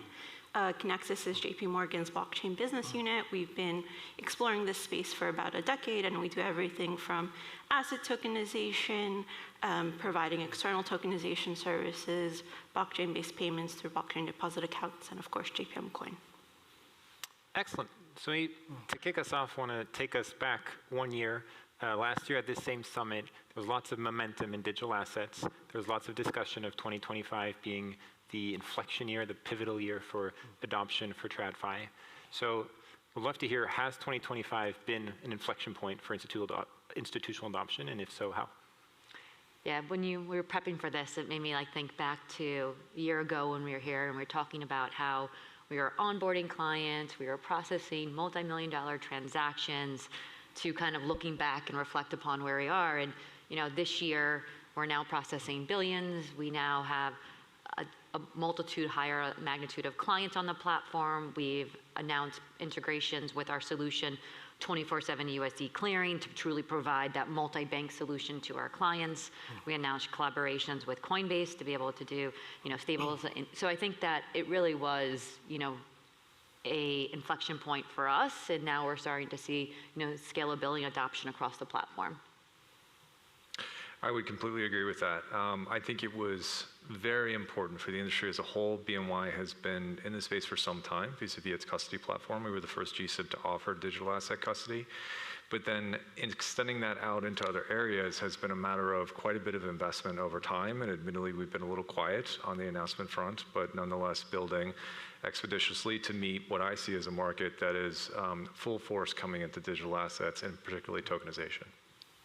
Yeah, 2025 has been quite a year, and before we kind of just jump ahead and talk about redefining banking and payments, I think it's really important to acknowledge a couple things, which is the fact that existing payment rails are going to be here for the foreseeable future. And what we're trying to do is to offer options and capabilities to our banks to be able to do cross-border payments better, right? So what we have today works. It has rule books. It's based on standards.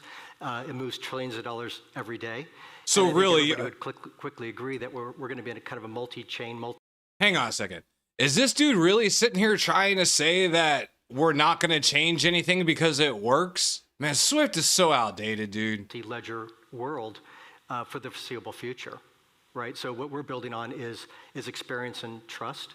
And the decision and kind of the big move for us in 2025 was not only announcing the work that we're doing on the scheme, but also in terms of introducing the ledger and a blockchain infrastructure that actually runs on top of the SWIFT network. It doesn't replace the SWIFT network. Nothing's going away. What we're going to do is offer capabilities and options to our banks, starting with a fairly narrow use case, to be able to do cross-border payments how they want to do cross-border payments and leveraging the infrastructure and the trust that they have today.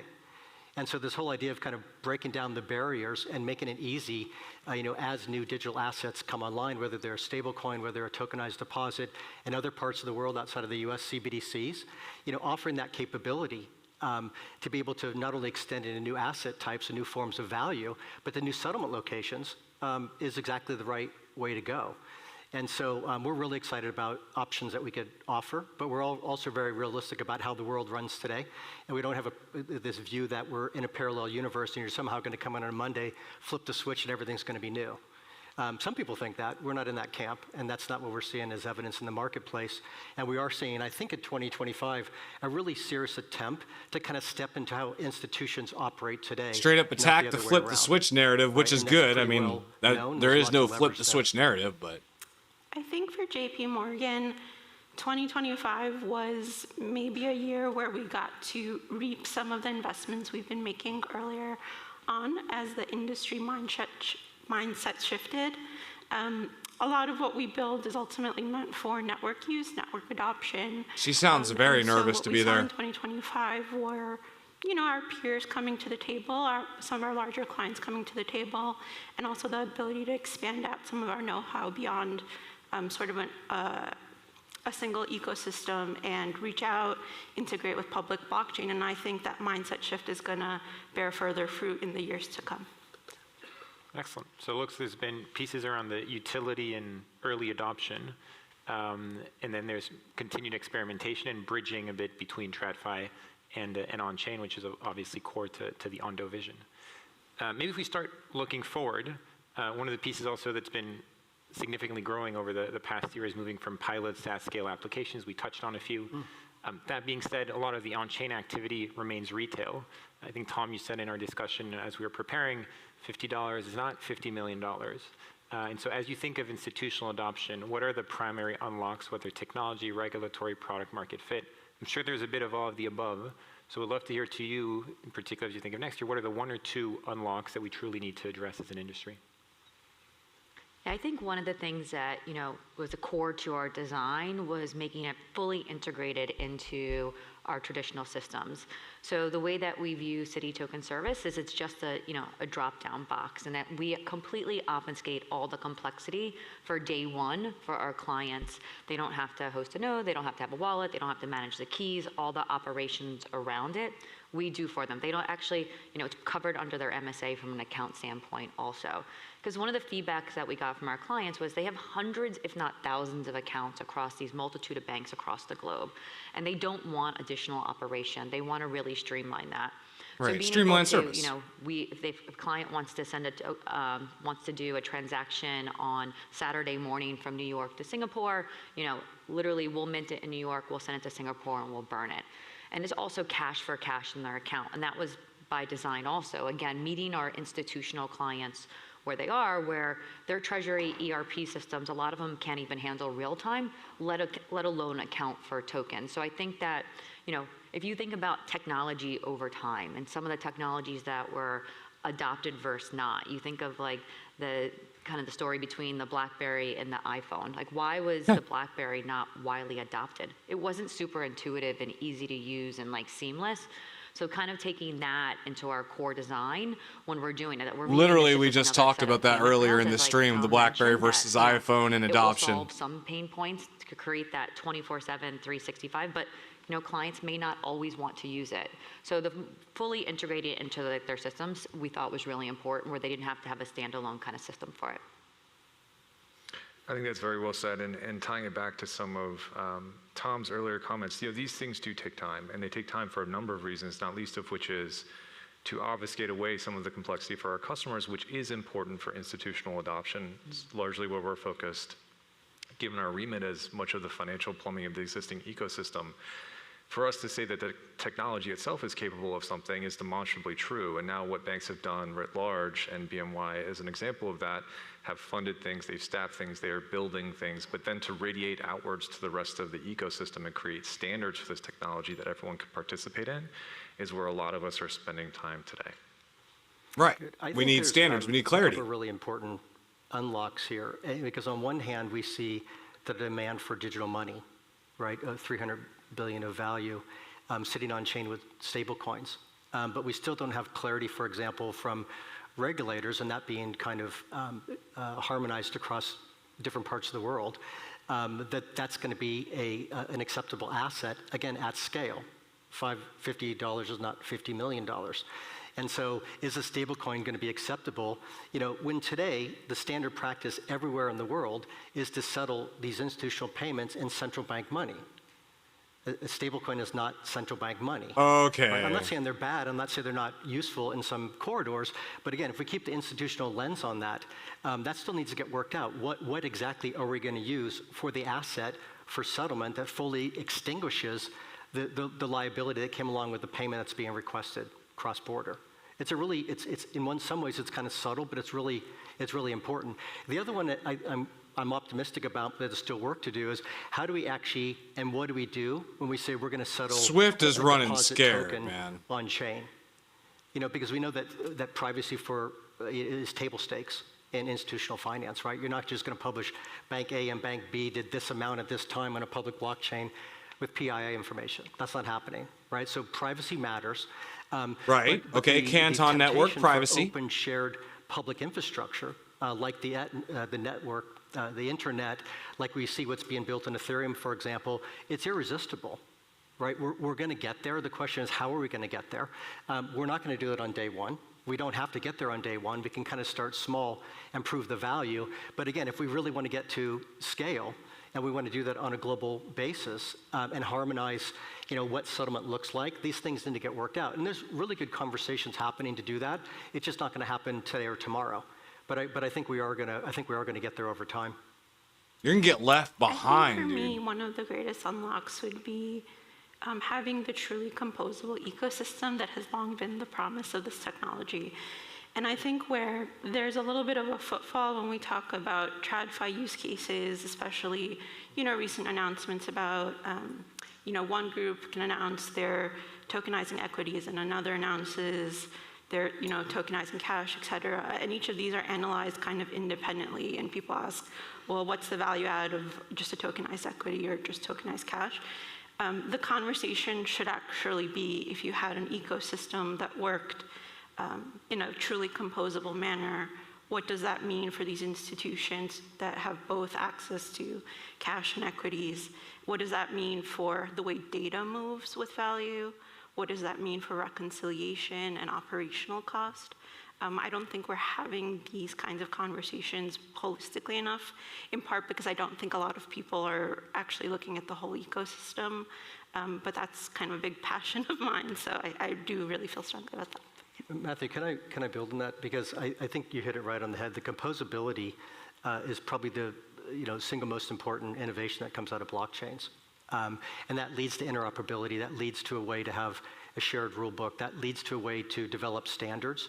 Sometimes in a kind of a crypto native world, it's kind of a winner take all, right? I have the best blockchain, everybody should do something here. Let's make sure they don't exist or we kind of dominate here. That's not how finance works globally. I'll agree with him on that. Composability, again, interoperability is key. I've been preaching new forms of value being on different blockchains, whether they're private or permissioned or fully open public blockchains. If you don't have that composability, you just never get to scale. And it might even turn out worse where a group of financial institutions in one part of the world do something one way and they do something different in another part of the world, and then they can never speak and they build fragmentation. And you just start eroding the benefits of kind of the blockchain and having these digital assets in the first place. So it's all going to anchor on composability, and they have to be able to speak to each other in a standardized, compliant way. I think that's right. I think the other thing that BNY is focused on here is interoperability. And so even if you just take the clearest form of growth in the space and where there is institutional adoption today, which is generally cash, so stable coins, deposit tokens, et cetera, we're seeing the accordion draw out. There will be many stable coins, there will be many deposit tokens. How do those things talk to each other? How do the platforms move value across ecosystems as people build to some degree in silos, which is how things have worked historically, but we have to connect those dots, and that's where we're focused. And I think what the key thing is, when I joined Citi 3 years ago, we were part of several of these different consortiums and working groups, but we couldn't move a token safely and soundly around the four walls of our own institution. And building up that, there's a lot of legal compliance, regulatory considerations. Every branch we rolled out to, getting, making sure we get regulatory approval on it. So I think that now that a lot of banks are at the standpoint that they have a token, no one wants just a Citi token. We fully recognize that. Like, all of our clients want a multi-bank token, and working with these different consortiums, also integrating into our solution 24/7. So we're a corresponding bank for, I think, 1,500 plus banks. Of those 1,500 banks, 300 are on a solution called 24/7 USD clearing. So right now we integrated, and we announced that at Sibos that we were going to integrate into 24/7. So being able to provide that as these consortiums, as these networks continue to evolve, as legislation and regulation starts to shape around this space. But our mission has always been creating a network that is multi-bank, multi-asset, multi-network, always on, and how you kind of lay those foundations. And now that we have cash on ledger in various forms, if it's stables, if it's various sources, so they need someone with a bridge who can those other assets bridge all that liquidity, right? And sounds like that's what they need. Of interoperability, we have, in the uniqueness of the summit, is a combination of TradFis and also an audience following us online of CEOs, founders of digital natives. I mean, if we're focusing on interoperability and everyone has their own coin and we have all these tokenized stocks and assets and all of these things coming on chain and they need a liquidity layer, a universal liquidity layer, which we heard about talking in a previous segment. We have all these things coming on chain. We need a bridge. What's the bridge? Swift thinks we should keep it ancient, apparently. I think for a long time, due to various factors, there has been, like Tom said, a winner-takes-all mentality. It has to be TradFi versus DeFi, or there's some animosity there. I always tell people, my business is to be a payments provider at a bank, right?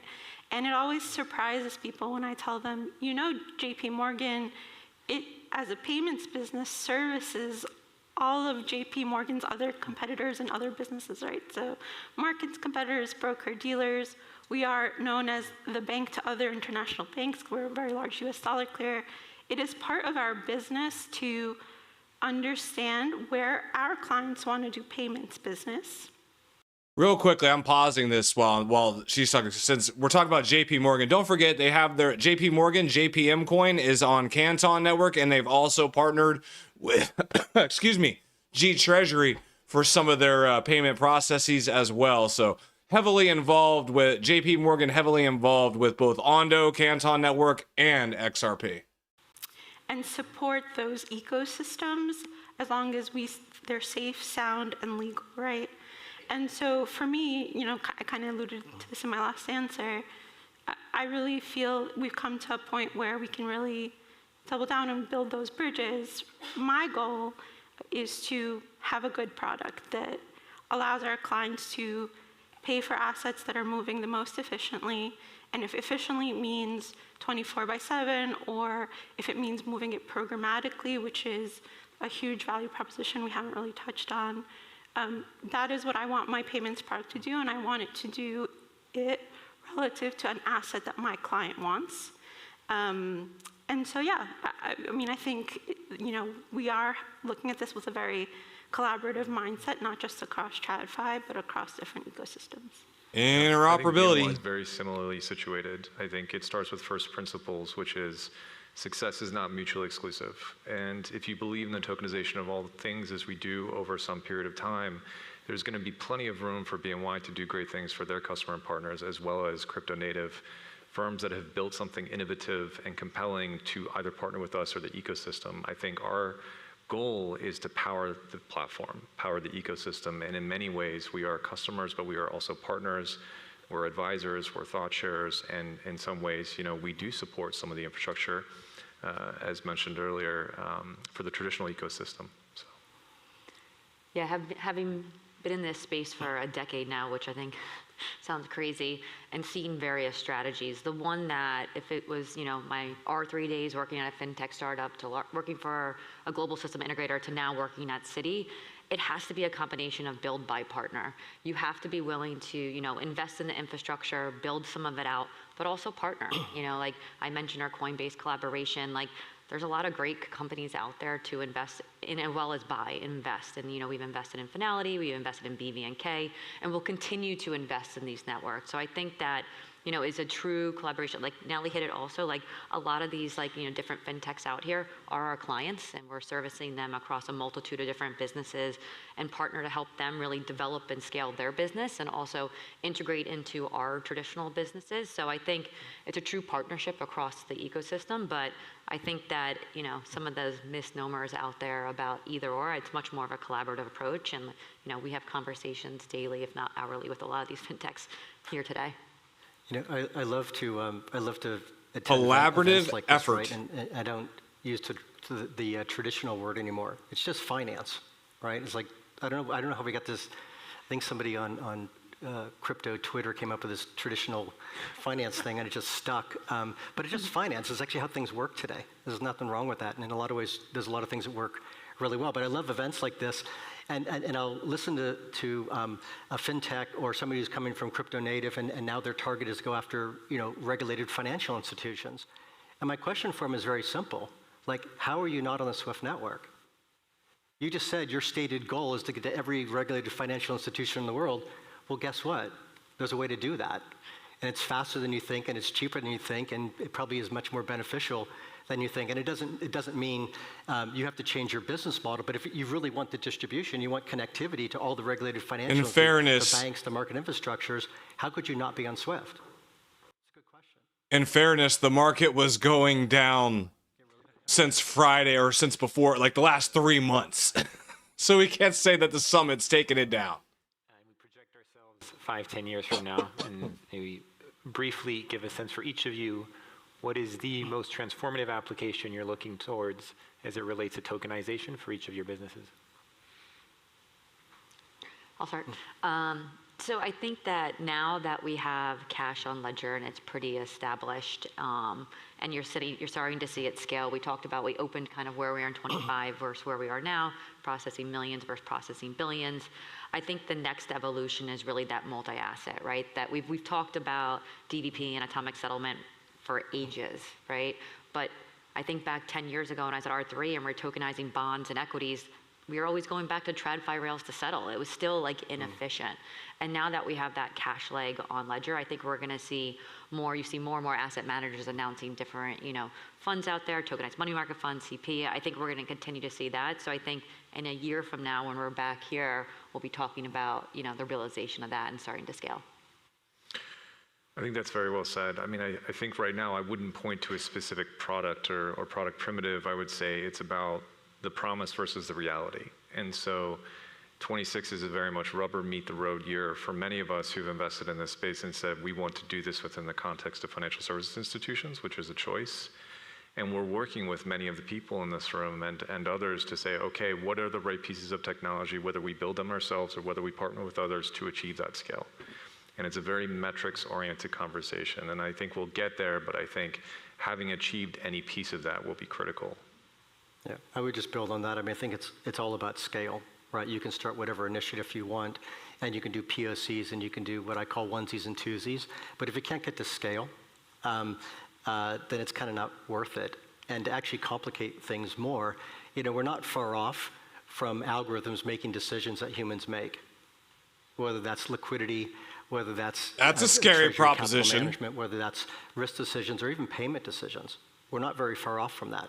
And so if you can't scale with what we have today with the institutional business, you have no chance of keeping up when algorithms start making those decisions for you.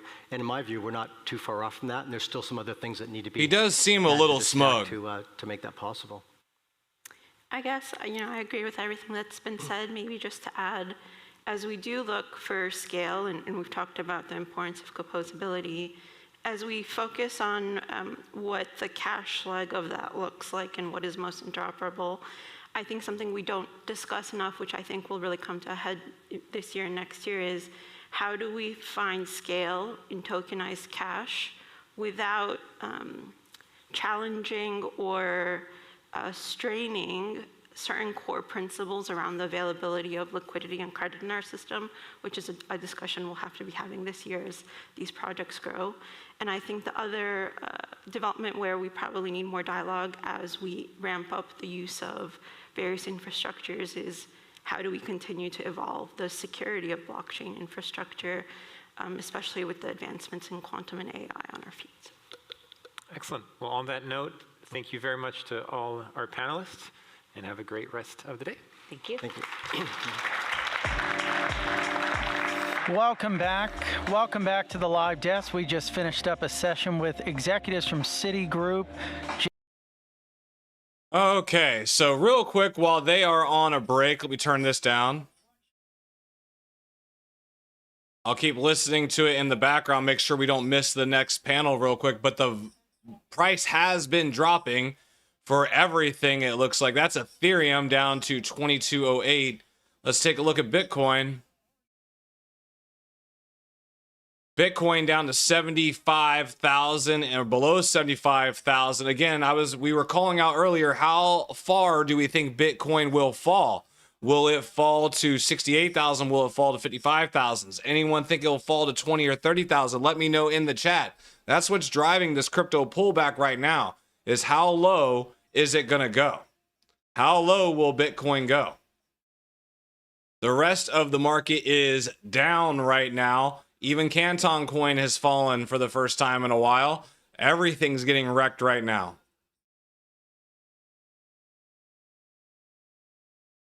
To discuss, please welcome back to the stage Ian DeBode, along with the CEO of Wisdom Tree, Jonathan Steinberg.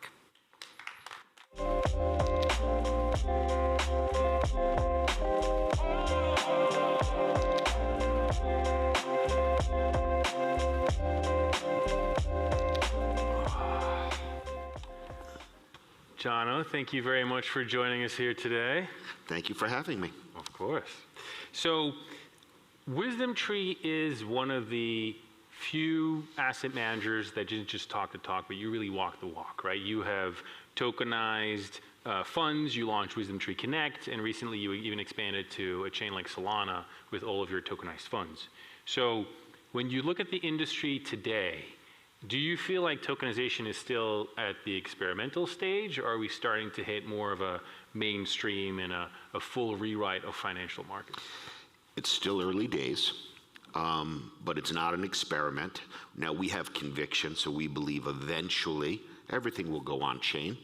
And you're seeing it go beyond just the crypto native community to firms, TradFi firms like us, more than just asset management, banks and everyone. But you can really see the energy building, and what drove ETFs was better functionality, and it is possible to have better functionality on chain. And so we're sure that it'll continue to grow. Well, I love that analogy. We're personally a very big fan of the analogy that ETFs is a better, form function almost, and being the same for tokenization. But many of your peers are still kind of catching up to that view and that vision, right? You are pretty advanced relative to some of your peers. Looking back at your own journey, what kind of lessons would you have for other fellow asset managers that are just getting started? Well, one, I don't want to give them any advice. I couldn't care less what they did. But the how we got here, I think, is interesting. We were asking ourselves the question internally, maybe 8 years ago now, what could do to ETFs, what ETFs did to mutual funds, and we eventually came to the conclusion that potentially it could be tokenization on the blockchain. Now, our perspective, when you think about ETFs, they are the least friction on the old rails. So when we approached it, you needed to have the opinion to make it better than the ETF. How do you make it better than what's best in the world today? And it wasn't so obvious. So one thing that Wisdom Tree did, we went big every step of the way. So we couldn't at first figure out how to make it better than the ETF.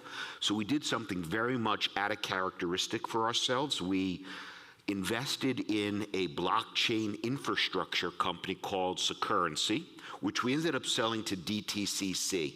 But that was an unusually aggressive sort of bet my career and my team's career on doing this in a small public company. But they had a vision for compliance-aware tokens, that means programmable value. Right? So it's not just the underlying asset that's important, but the technology that wraps it. So the tokenization, a digital wrapper, has functionality that can potentially be much greater than the ETF. So once we sort of saw that, we went sort of all in on this, and it served us well. Awesome. Yeah, I think actually Nadine, I don't know if she's in the audience right now, but she's definitely here. So, lots of friends in the audience, and I remember that investment. I remember DTCC taking it over, really almost as a hallmark of, okay, now people are getting a lot more serious about these things in traditional finance. But, as much as people are starting to take the technology a lot more seriously, when you look at the total value in real-world assets on chain, it's still a drop in the bucket compared to the total AUM of asset managers. I mean, even yourself, you guys are at 150, $60 billion. I mean, that's bigger than all of the tokenized assets combined in a way. So part, I think, of that reason has been that the tokenization efforts so far really have focused slightly more on retail. I mean, that's at least where Ondo has focused also with their tokenized stocks and ETFs. Should players be focusing a little bit more on institutional adoption? And if so, what would it actually take to get to that $100 billion number? So what I loved about ETFs was it gave both retail and institutional a level playing field. If it's either better or not better. If it's better, then it's going to bring both institutional and retail in. So that's just the bottom line. Now, the thing about retail is they make their own decisions. They can go quicker. So for Wisdom Tree, this is about serving the on-chain community. And because of the performance of crypto, notwithstanding the last couple of months, but crypto, the best performing Bitcoin asset class for the last 15 years, it's a couple of $1 trillion. So you're going after a large market, a lot of retail. And for Wisdom Tree, our vision was one, the platform, DLT or blockchain is better, could be global. But the crypto investor, they didn't have any access to banking or any other services. In fact, over the last administration, they were really shunned and put in a corner, and they also didn't have any other assets that they could invest in. Now, the crypto community themselves, they're full-on believers, so they don't really diversify much. So we're in the very, very early stages. I would say they're not interested in everything. They're interested right now in yield to offset their crypto speculation and investing. That's really where it is today, but over time it'll be more than that. Our firms have had the pleasure of working together on OUSG and the Wisdom Tree Tokenized Treasury Fund, and I think it's a good example of how crypto native players can partner up with legacy asset managers that are really forward-leaning. How do you think about that distribution to that crypto native audience? You mentioned, this is about retail. We really want to make these products better. How do you think about distribution, and beyond distribution, how else do you think you can partner with the crypto ecosystem and with companies like Ondo?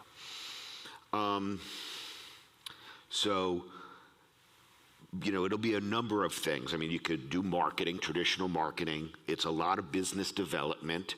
We had to start with something called Wisdom Tree Prime because there was no place to place tokenized securities. So we had to create something so that we could house our own assets. Wisdom Tree Connect is allowing us to take our assets and letting them travel to institutions or to self-hosted wallets. So, that's real, in our opinion, responsible DeFi. I think for Wisdom Tree also, one of the other things that we got very, very early from Securrency was the need for interoperability. So we didn't want to build our own chain. There's that word again. To have the best exposures that could be on all chains. You just mentioned Solana, that we have, I think that's our 8th chain, and I'm sure there will be more over time. And as long as you have a value proposition that they want and what you want to work with them, I mean, you'll find the way to do it. I mean, you're using our products, and not because you like me. I do like you, but he doesn't really mean it. So it's the product that is why we've come together. 100%. No, your products have been great. Don't get me wrong. What does success look like for Wisdom Tree in the digital asset space in 2026 and 2027? I keep my job. That would be great.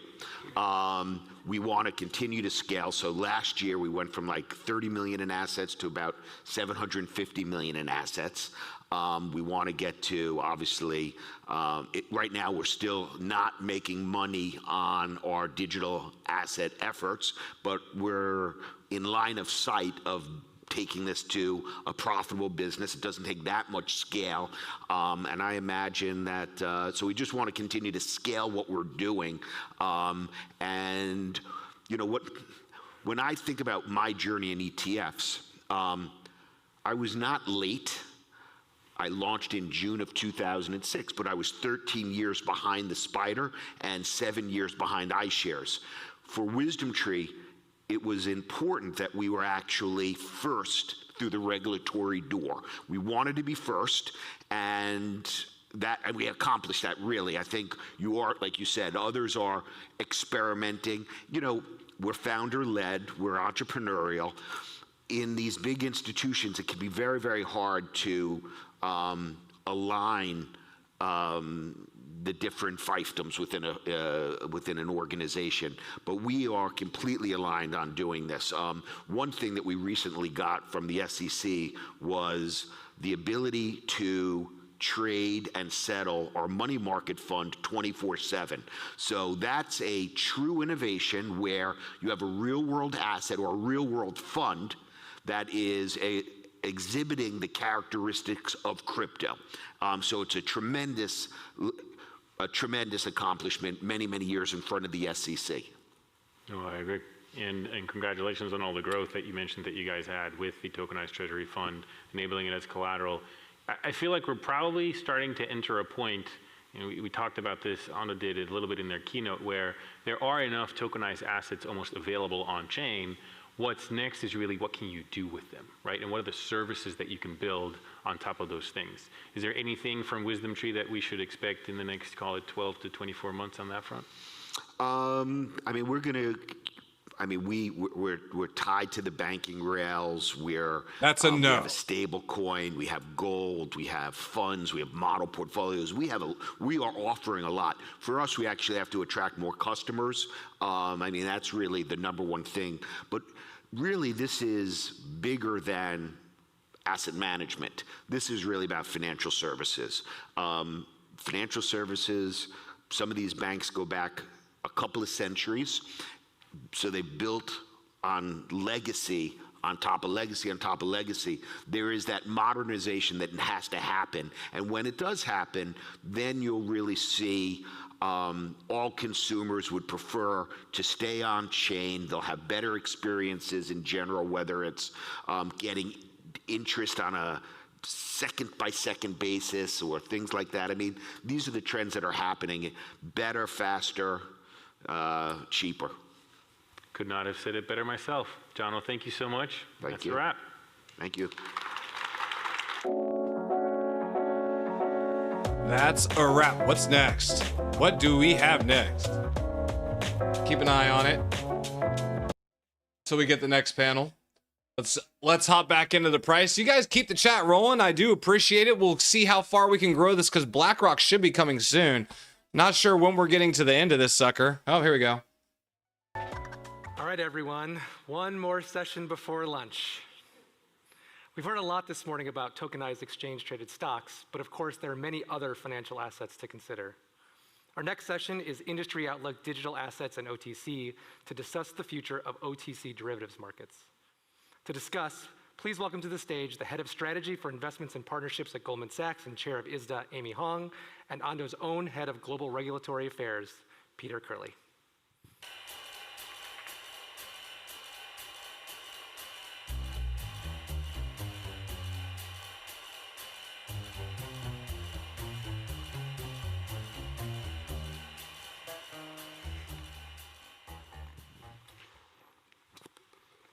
All right, well, thanks to everyone for sticking around, and we'll get you back to lunch very quickly. As Brendan said, today's session is on the connection between digital assets and OTC markets. So we're very fortunate to have Amy here with us today from Goldman Sachs, but here in her capacity as the chair of ISDA. So welcome, Amy. Thank you. Thanks, Peter. It's a pleasure to be here. And I wanted to start by asking you to maybe give a little bit of a background on ISDA itself. It's obviously a well-established organization. Leverage. 40-year anniversary year last year. Congratulations. But maybe less familiar to on-chain participants. So can you give us a sense of the types of things you've done and are doing and the breadth of your activities? Yeah, absolutely. Well, ISDA is the Global Derivatives Trade Association, and our mission is to foster safe and efficient derivatives markets for our 1,000+ members around the globe. And the purpose there is to make sure that our members can manage risk with confidence. You know, Peter, as you mentioned, ISDA was founded over 40 years ago. And it was founded because the derivatives markets were growing rapidly and they were highly decentralized. We're talking about bilateral contracts bespoke terms, and real question with regards to legal enforceability. Since then, ISDA has delivered on legal documentation as well as market protocols that the industry has adopted at scale. And more recently, we've actually extended that standardization into data and processes through what we call the common domain model. And that's a digital representation of products, trades, and life cycle events. And as this group knows, that's really important as markets continue to digitize. Today, ISDA's work spans legal documentation, market structure, public policy, digital transformation, and we regularly engage with regulators around the world as markets and technologies continue to evolve.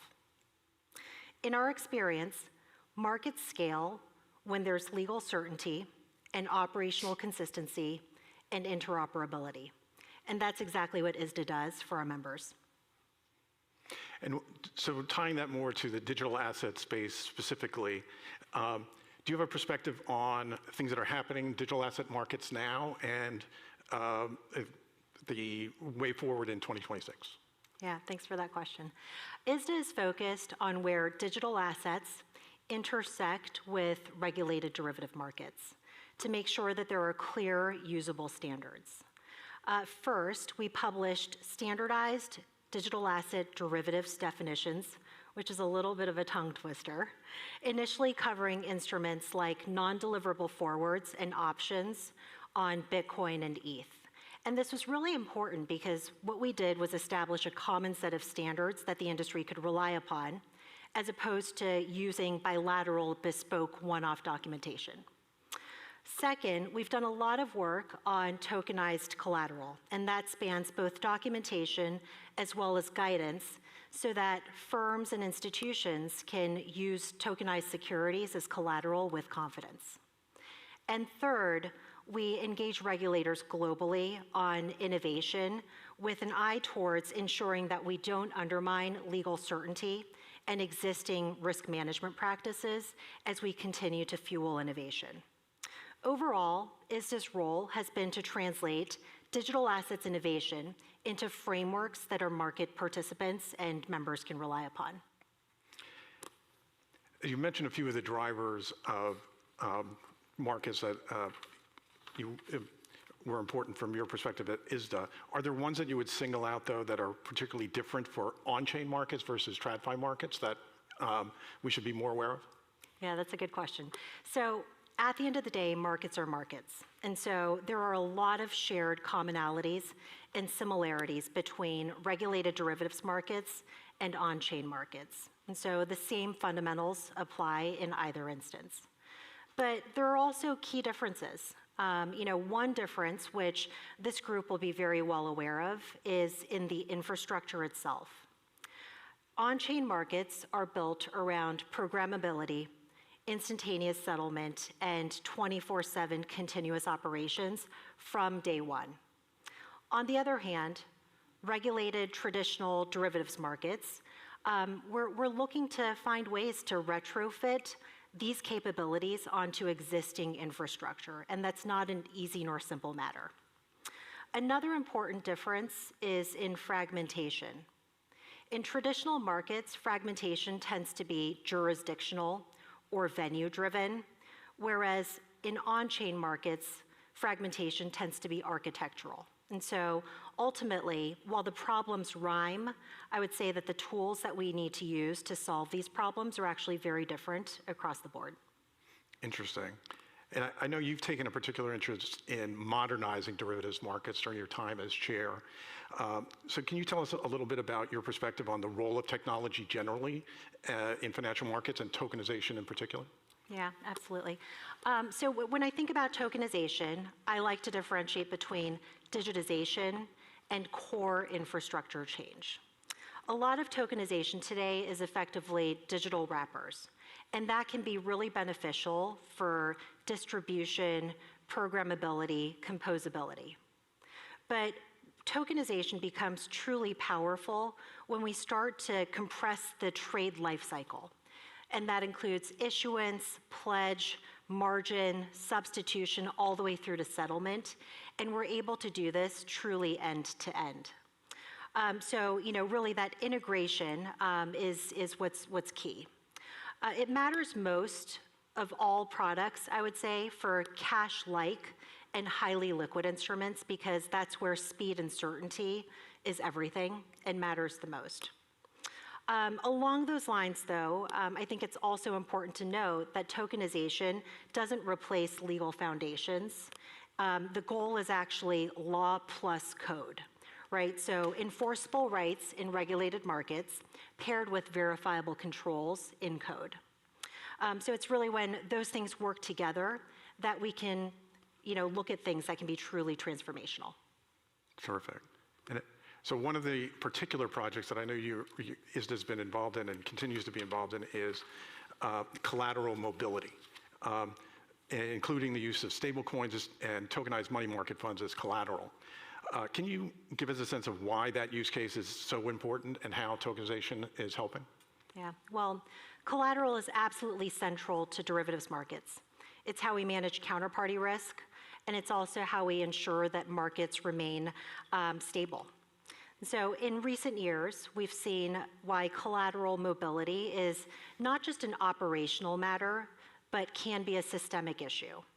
During times of stress, like the 2020 dash for cash, external shocks caused market volatility, which resulted in spikes in margin calls. And when that happened, we had market participants who had to transform who had to source large amounts of cash in tight time frames in order to post that cash as collateral. And that created a liquidity strain and in some instances, even amplified market stress. Today, there are well over $1 trillion in variation margin in the system. And as that continues to grow, even small frictions, small operational frictions, manual processes or settlement delays can become destabilizing when markets are under stress. And so that's why ISDA is focused on collateral and tokenization of collateral. Collateral movement can be operationally intensive with workflows that weren't designed for speed. I know this is boring, but they're talking about the tokenization of collateral. If Ondo's tokenizing gold or anything like that, we need to know. We updated documentation to ensure that tokenized securities as well as stable coins can be used as collateral. And we followed that with legal guidance on the enforceability of tokenized collateral. I think it's also important to kind of call out an example. Money market funds are a good illustration of why this matters. When you think of money market funds, you think of trillions of dollars globally, low volatility, and small regulatory haircuts. But when you actually try to use money market funds for collateral purposes, you'll actually find that the workflows and processes are quite cumbersome, resource intensive, and can be costly, because in most instances, you actually have to transform the money market fund into cash before you can post it as collateral.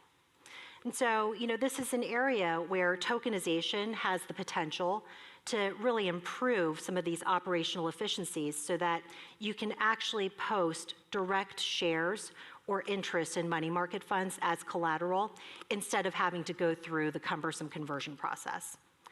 Tokenization can help address another challenge, which is making sure that collateral gets where it needs to be quickly. And this, of course, leans on the accelerated settlement mechanisms that tokenization can offer, which removes or eliminates industry reliance on T1, T2 types of processes. And so for ISDA, it's really about strengthening risk management plumbing through sound legal frameworks, interoperability, and close engagement with regulators so that we can function with modern technologies going forward. Well, that's great. I mean, it sounds like that's just a very challenging use case with a lot of moving parts. I know another technology you're particularly interested in is artificial intelligence, so AI. Is this the type of use case where AI can play a role?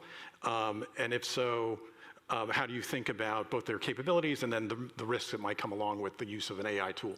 Yes. Yes, and absolutely.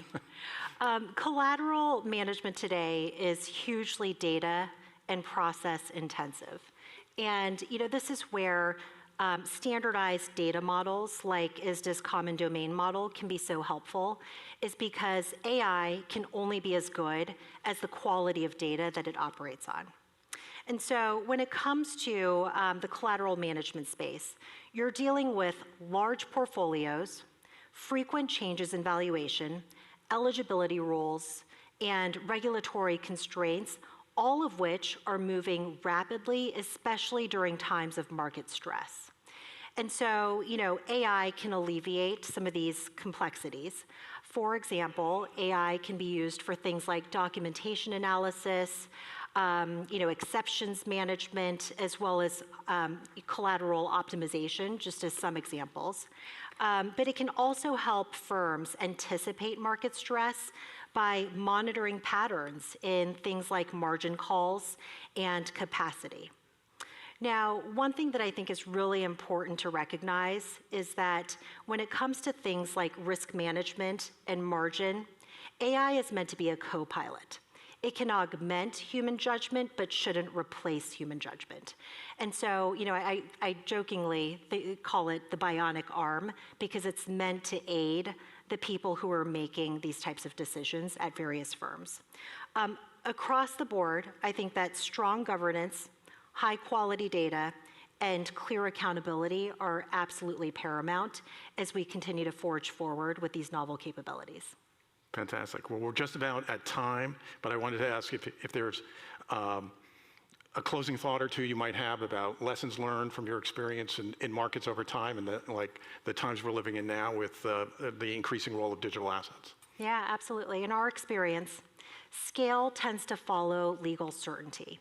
And the same is true for interoperability. And so as technology continues to move quickly, I think it's absolutely critical that legal frameworks, operational processes, and technology evolve together. And ideally, that'll be through collaboration between traditional institutions and digital native builders. Well, fantastic. Well, thank you so much for joining us, Amy. It's been a nice discussion, and we'll let everybody go to lunch with that. Thanks so much. Thanks, Peter. All right. All right, ladies and gentlemen, that is everything from this morning. So let's do a quick recap for those of you who may have came in the middle of it. Long story short, I've been watching this since, excuse me, been watching this for what, 3 hours now? So long story short, Bitcoin is dumping, has been dumping, is continuing to dump right now. It's now under 75,000. Next target for Bitcoin is going to be 68,000. And of course, the rest of the market is going with it. Now, what did we learn about Ondo? What did we learn about Ondo today? Well, they are launching a full, basically parallel tokenized universe, essentially, to the stock market. They're calling it, stock market 2.0 or Wall Street 2.0 is what they're calling it. But they have already tokenized stocks on multiple different ledgers.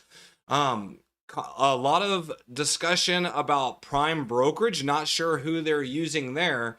There's a lot more to come on the Ondo Summit in this afternoon. Anyway, they still got BlackRock, Ripple, and a bunch of others that are there. And I see some of you talking about Mayday, the market's going red. And I don't have the right screen up here when we're talking about price and stuff. Mayday, the market is going red. Yes, the market is going red because of what's happening with Bitcoin. So XRP currently at $1.55-ish, it looks like. Or what is this? Yeah, this XRP at $1.55. And then, let's see, should I add some more right now? No, I'm not going to add some more right now. But Bitcoin is at less than 175. So, I mean, it has nothing to do with Ondo Summit. That's the point I'm trying to make. Again, this channel is about the long view. We are here for XRP, Canton Network, Ondo, Chainlink, HBAR, and then, of course, our metals, gold, silver, and copper. I stream every single day, Monday through Saturday at noon. I try to announce if it's going to be a different time, but usually that's when and where you can find me. I will be back here after their lunch break. Let me see if it says when they're going to be returning from lunch. Let me see. It says they're on lunch break right now. Let's see if it says when they are returning from lunch. Live. It doesn't say when they're returning. I'm going to keep an eye on it. I will go live when they go live again because I want to see what BlackRock and Ripple have to say. So we will be live again. I will hop back on here in a few. Make sure if you're not, make sure you're subscribed. Hit notifications so you know when we go live again. I'm assuming it's probably going to be roughly an hour. But as soon as they go live again, I will go live again. Make sure you subscribe, notifications so you are aware. Hit the like button on your way out for the 4-hour stream and counting. We're going to be back for number 2 in an hour. Okay, I'll see you guys in a little